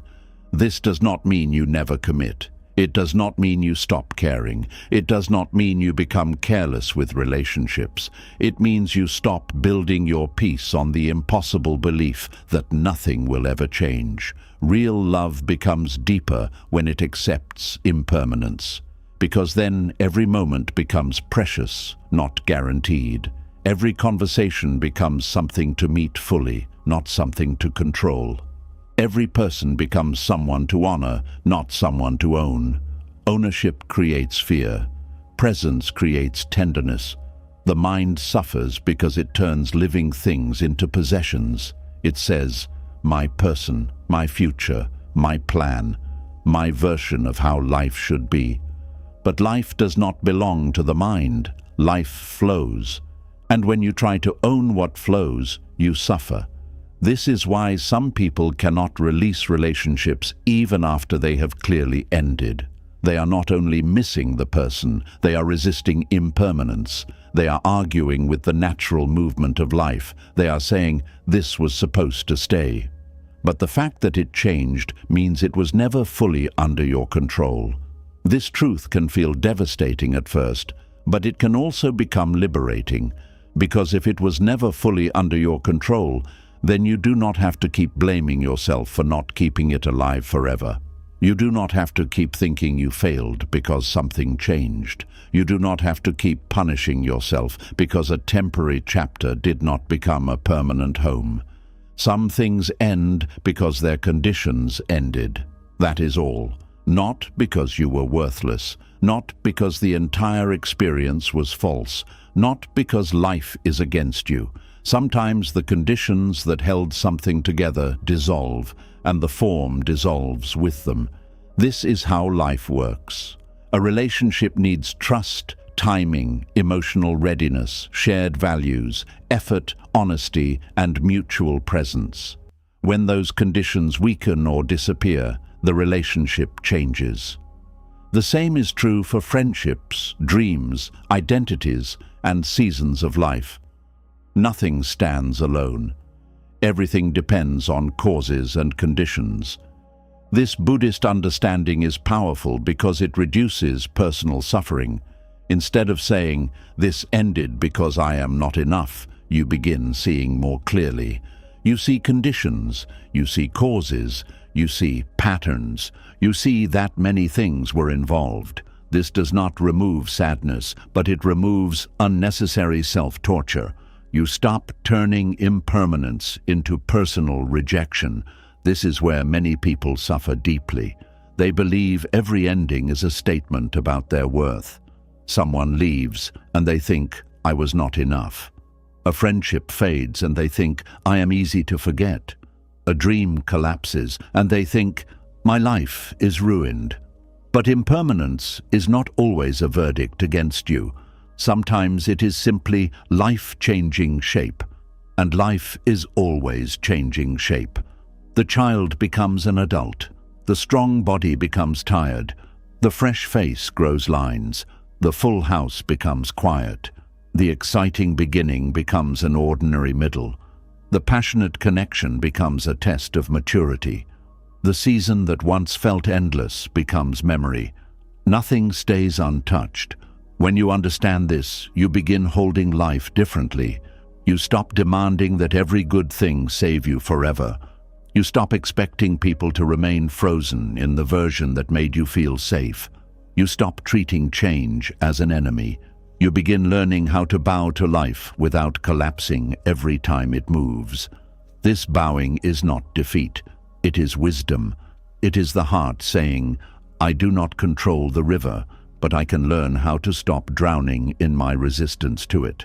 Grasping makes you drown because it turns every wave into a personal attack, but acceptance teaches you to float. It does not remove the waves, it changes your relationship with them. This matters deeply in love. If you love with grasping, you become afraid. If you love with awareness, you become present. Grasping says, "Do not change, because I need you to keep me safe." Awareness says, "You are here now, and I will meet you honestly while you are here." This does not mean tolerating harm. This does not mean staying where you are wounded. Accepting impermanence does not mean accepting disrespect. It means recognizing change clearly and responding with wisdom instead of clinging.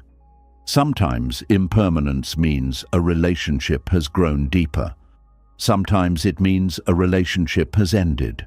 Sometimes it means a person no longer belongs close to your life. Sometimes it means your own heart has changed and can no longer live in old places.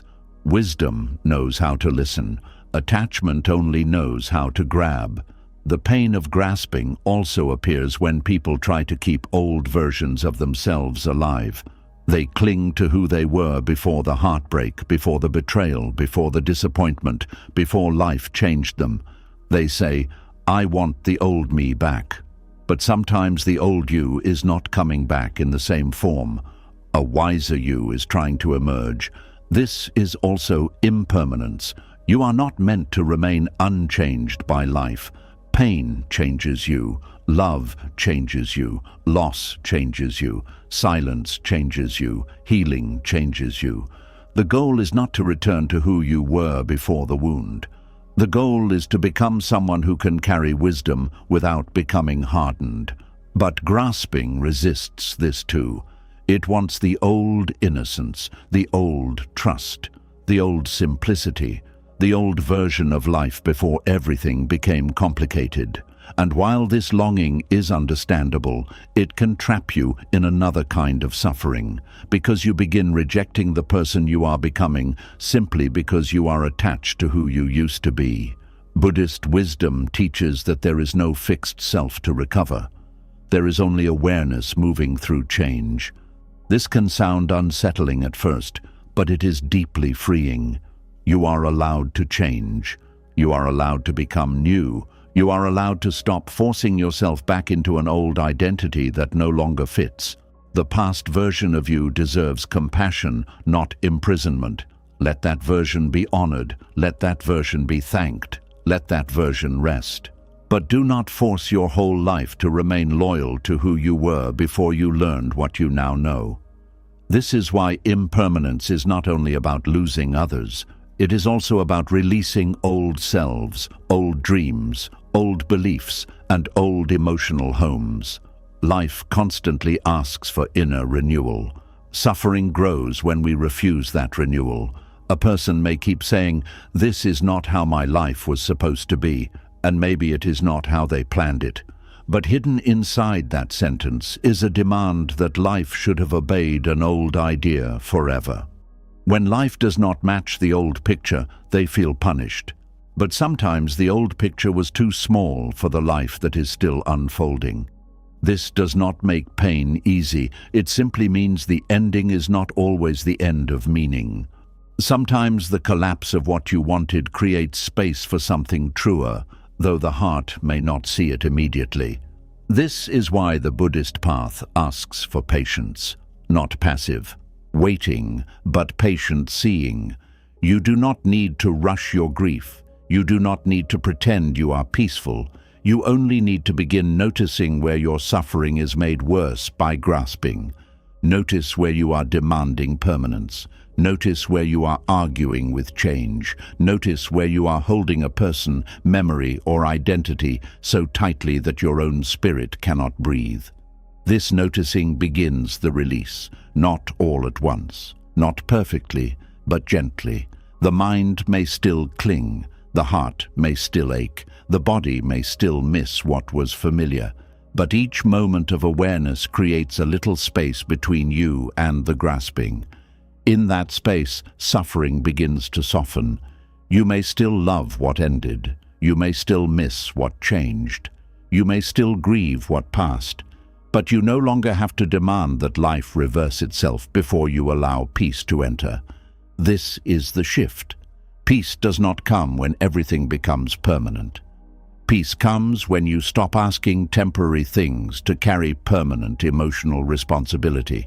No person can promise to never change in any way. No moment can remain untouched forever.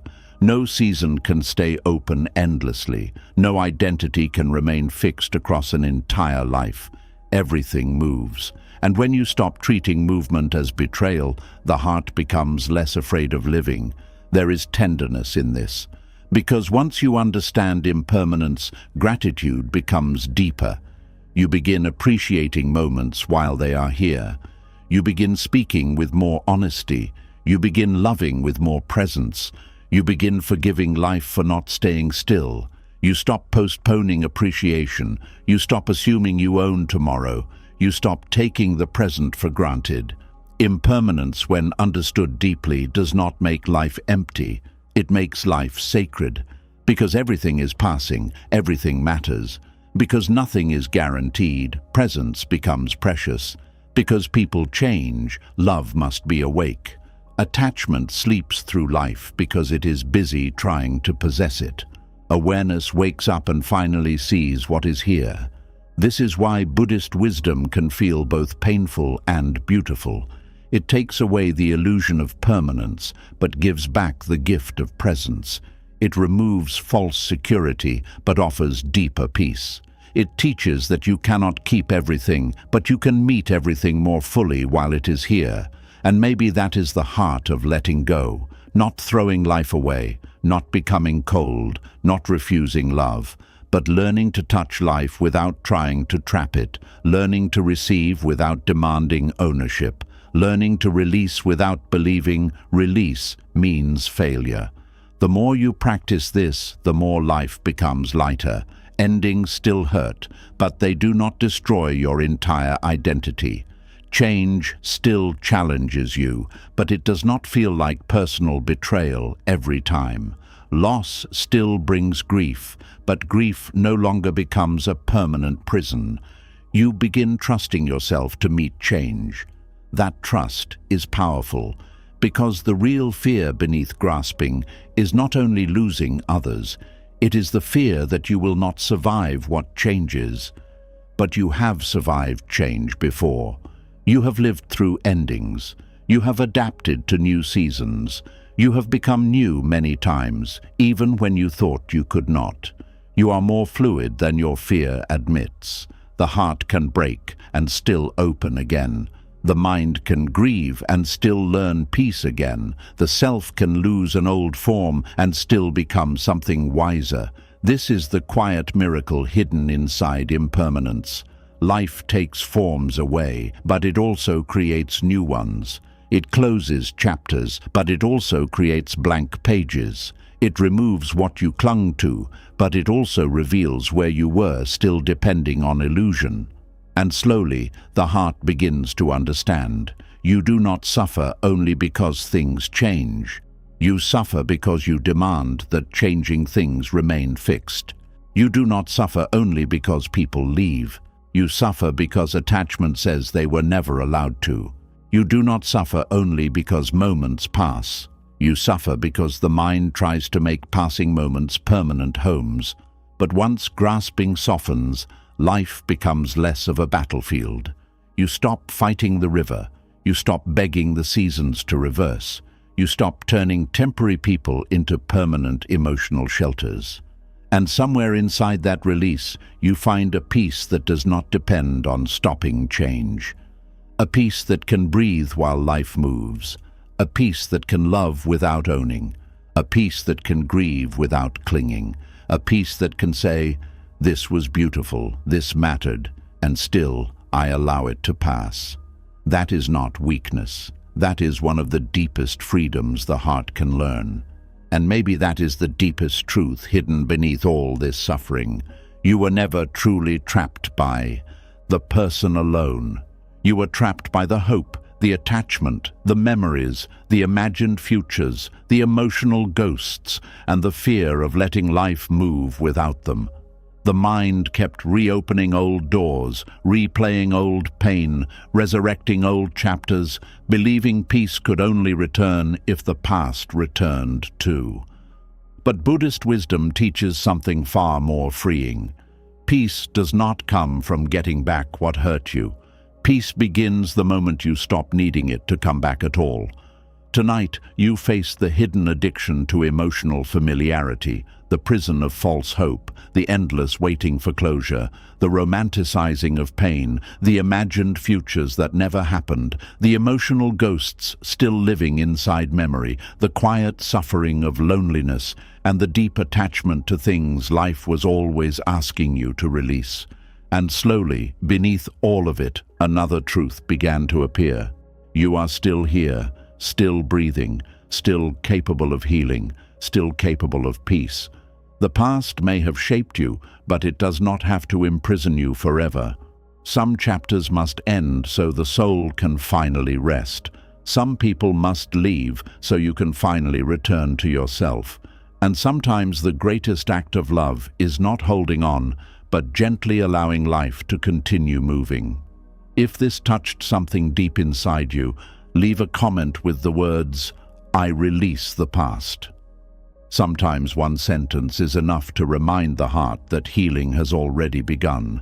And if you want more peaceful Buddhist teachings like this to help quiet the mind and free the soul from suffering, subscribe to the channel and continue this journey with us.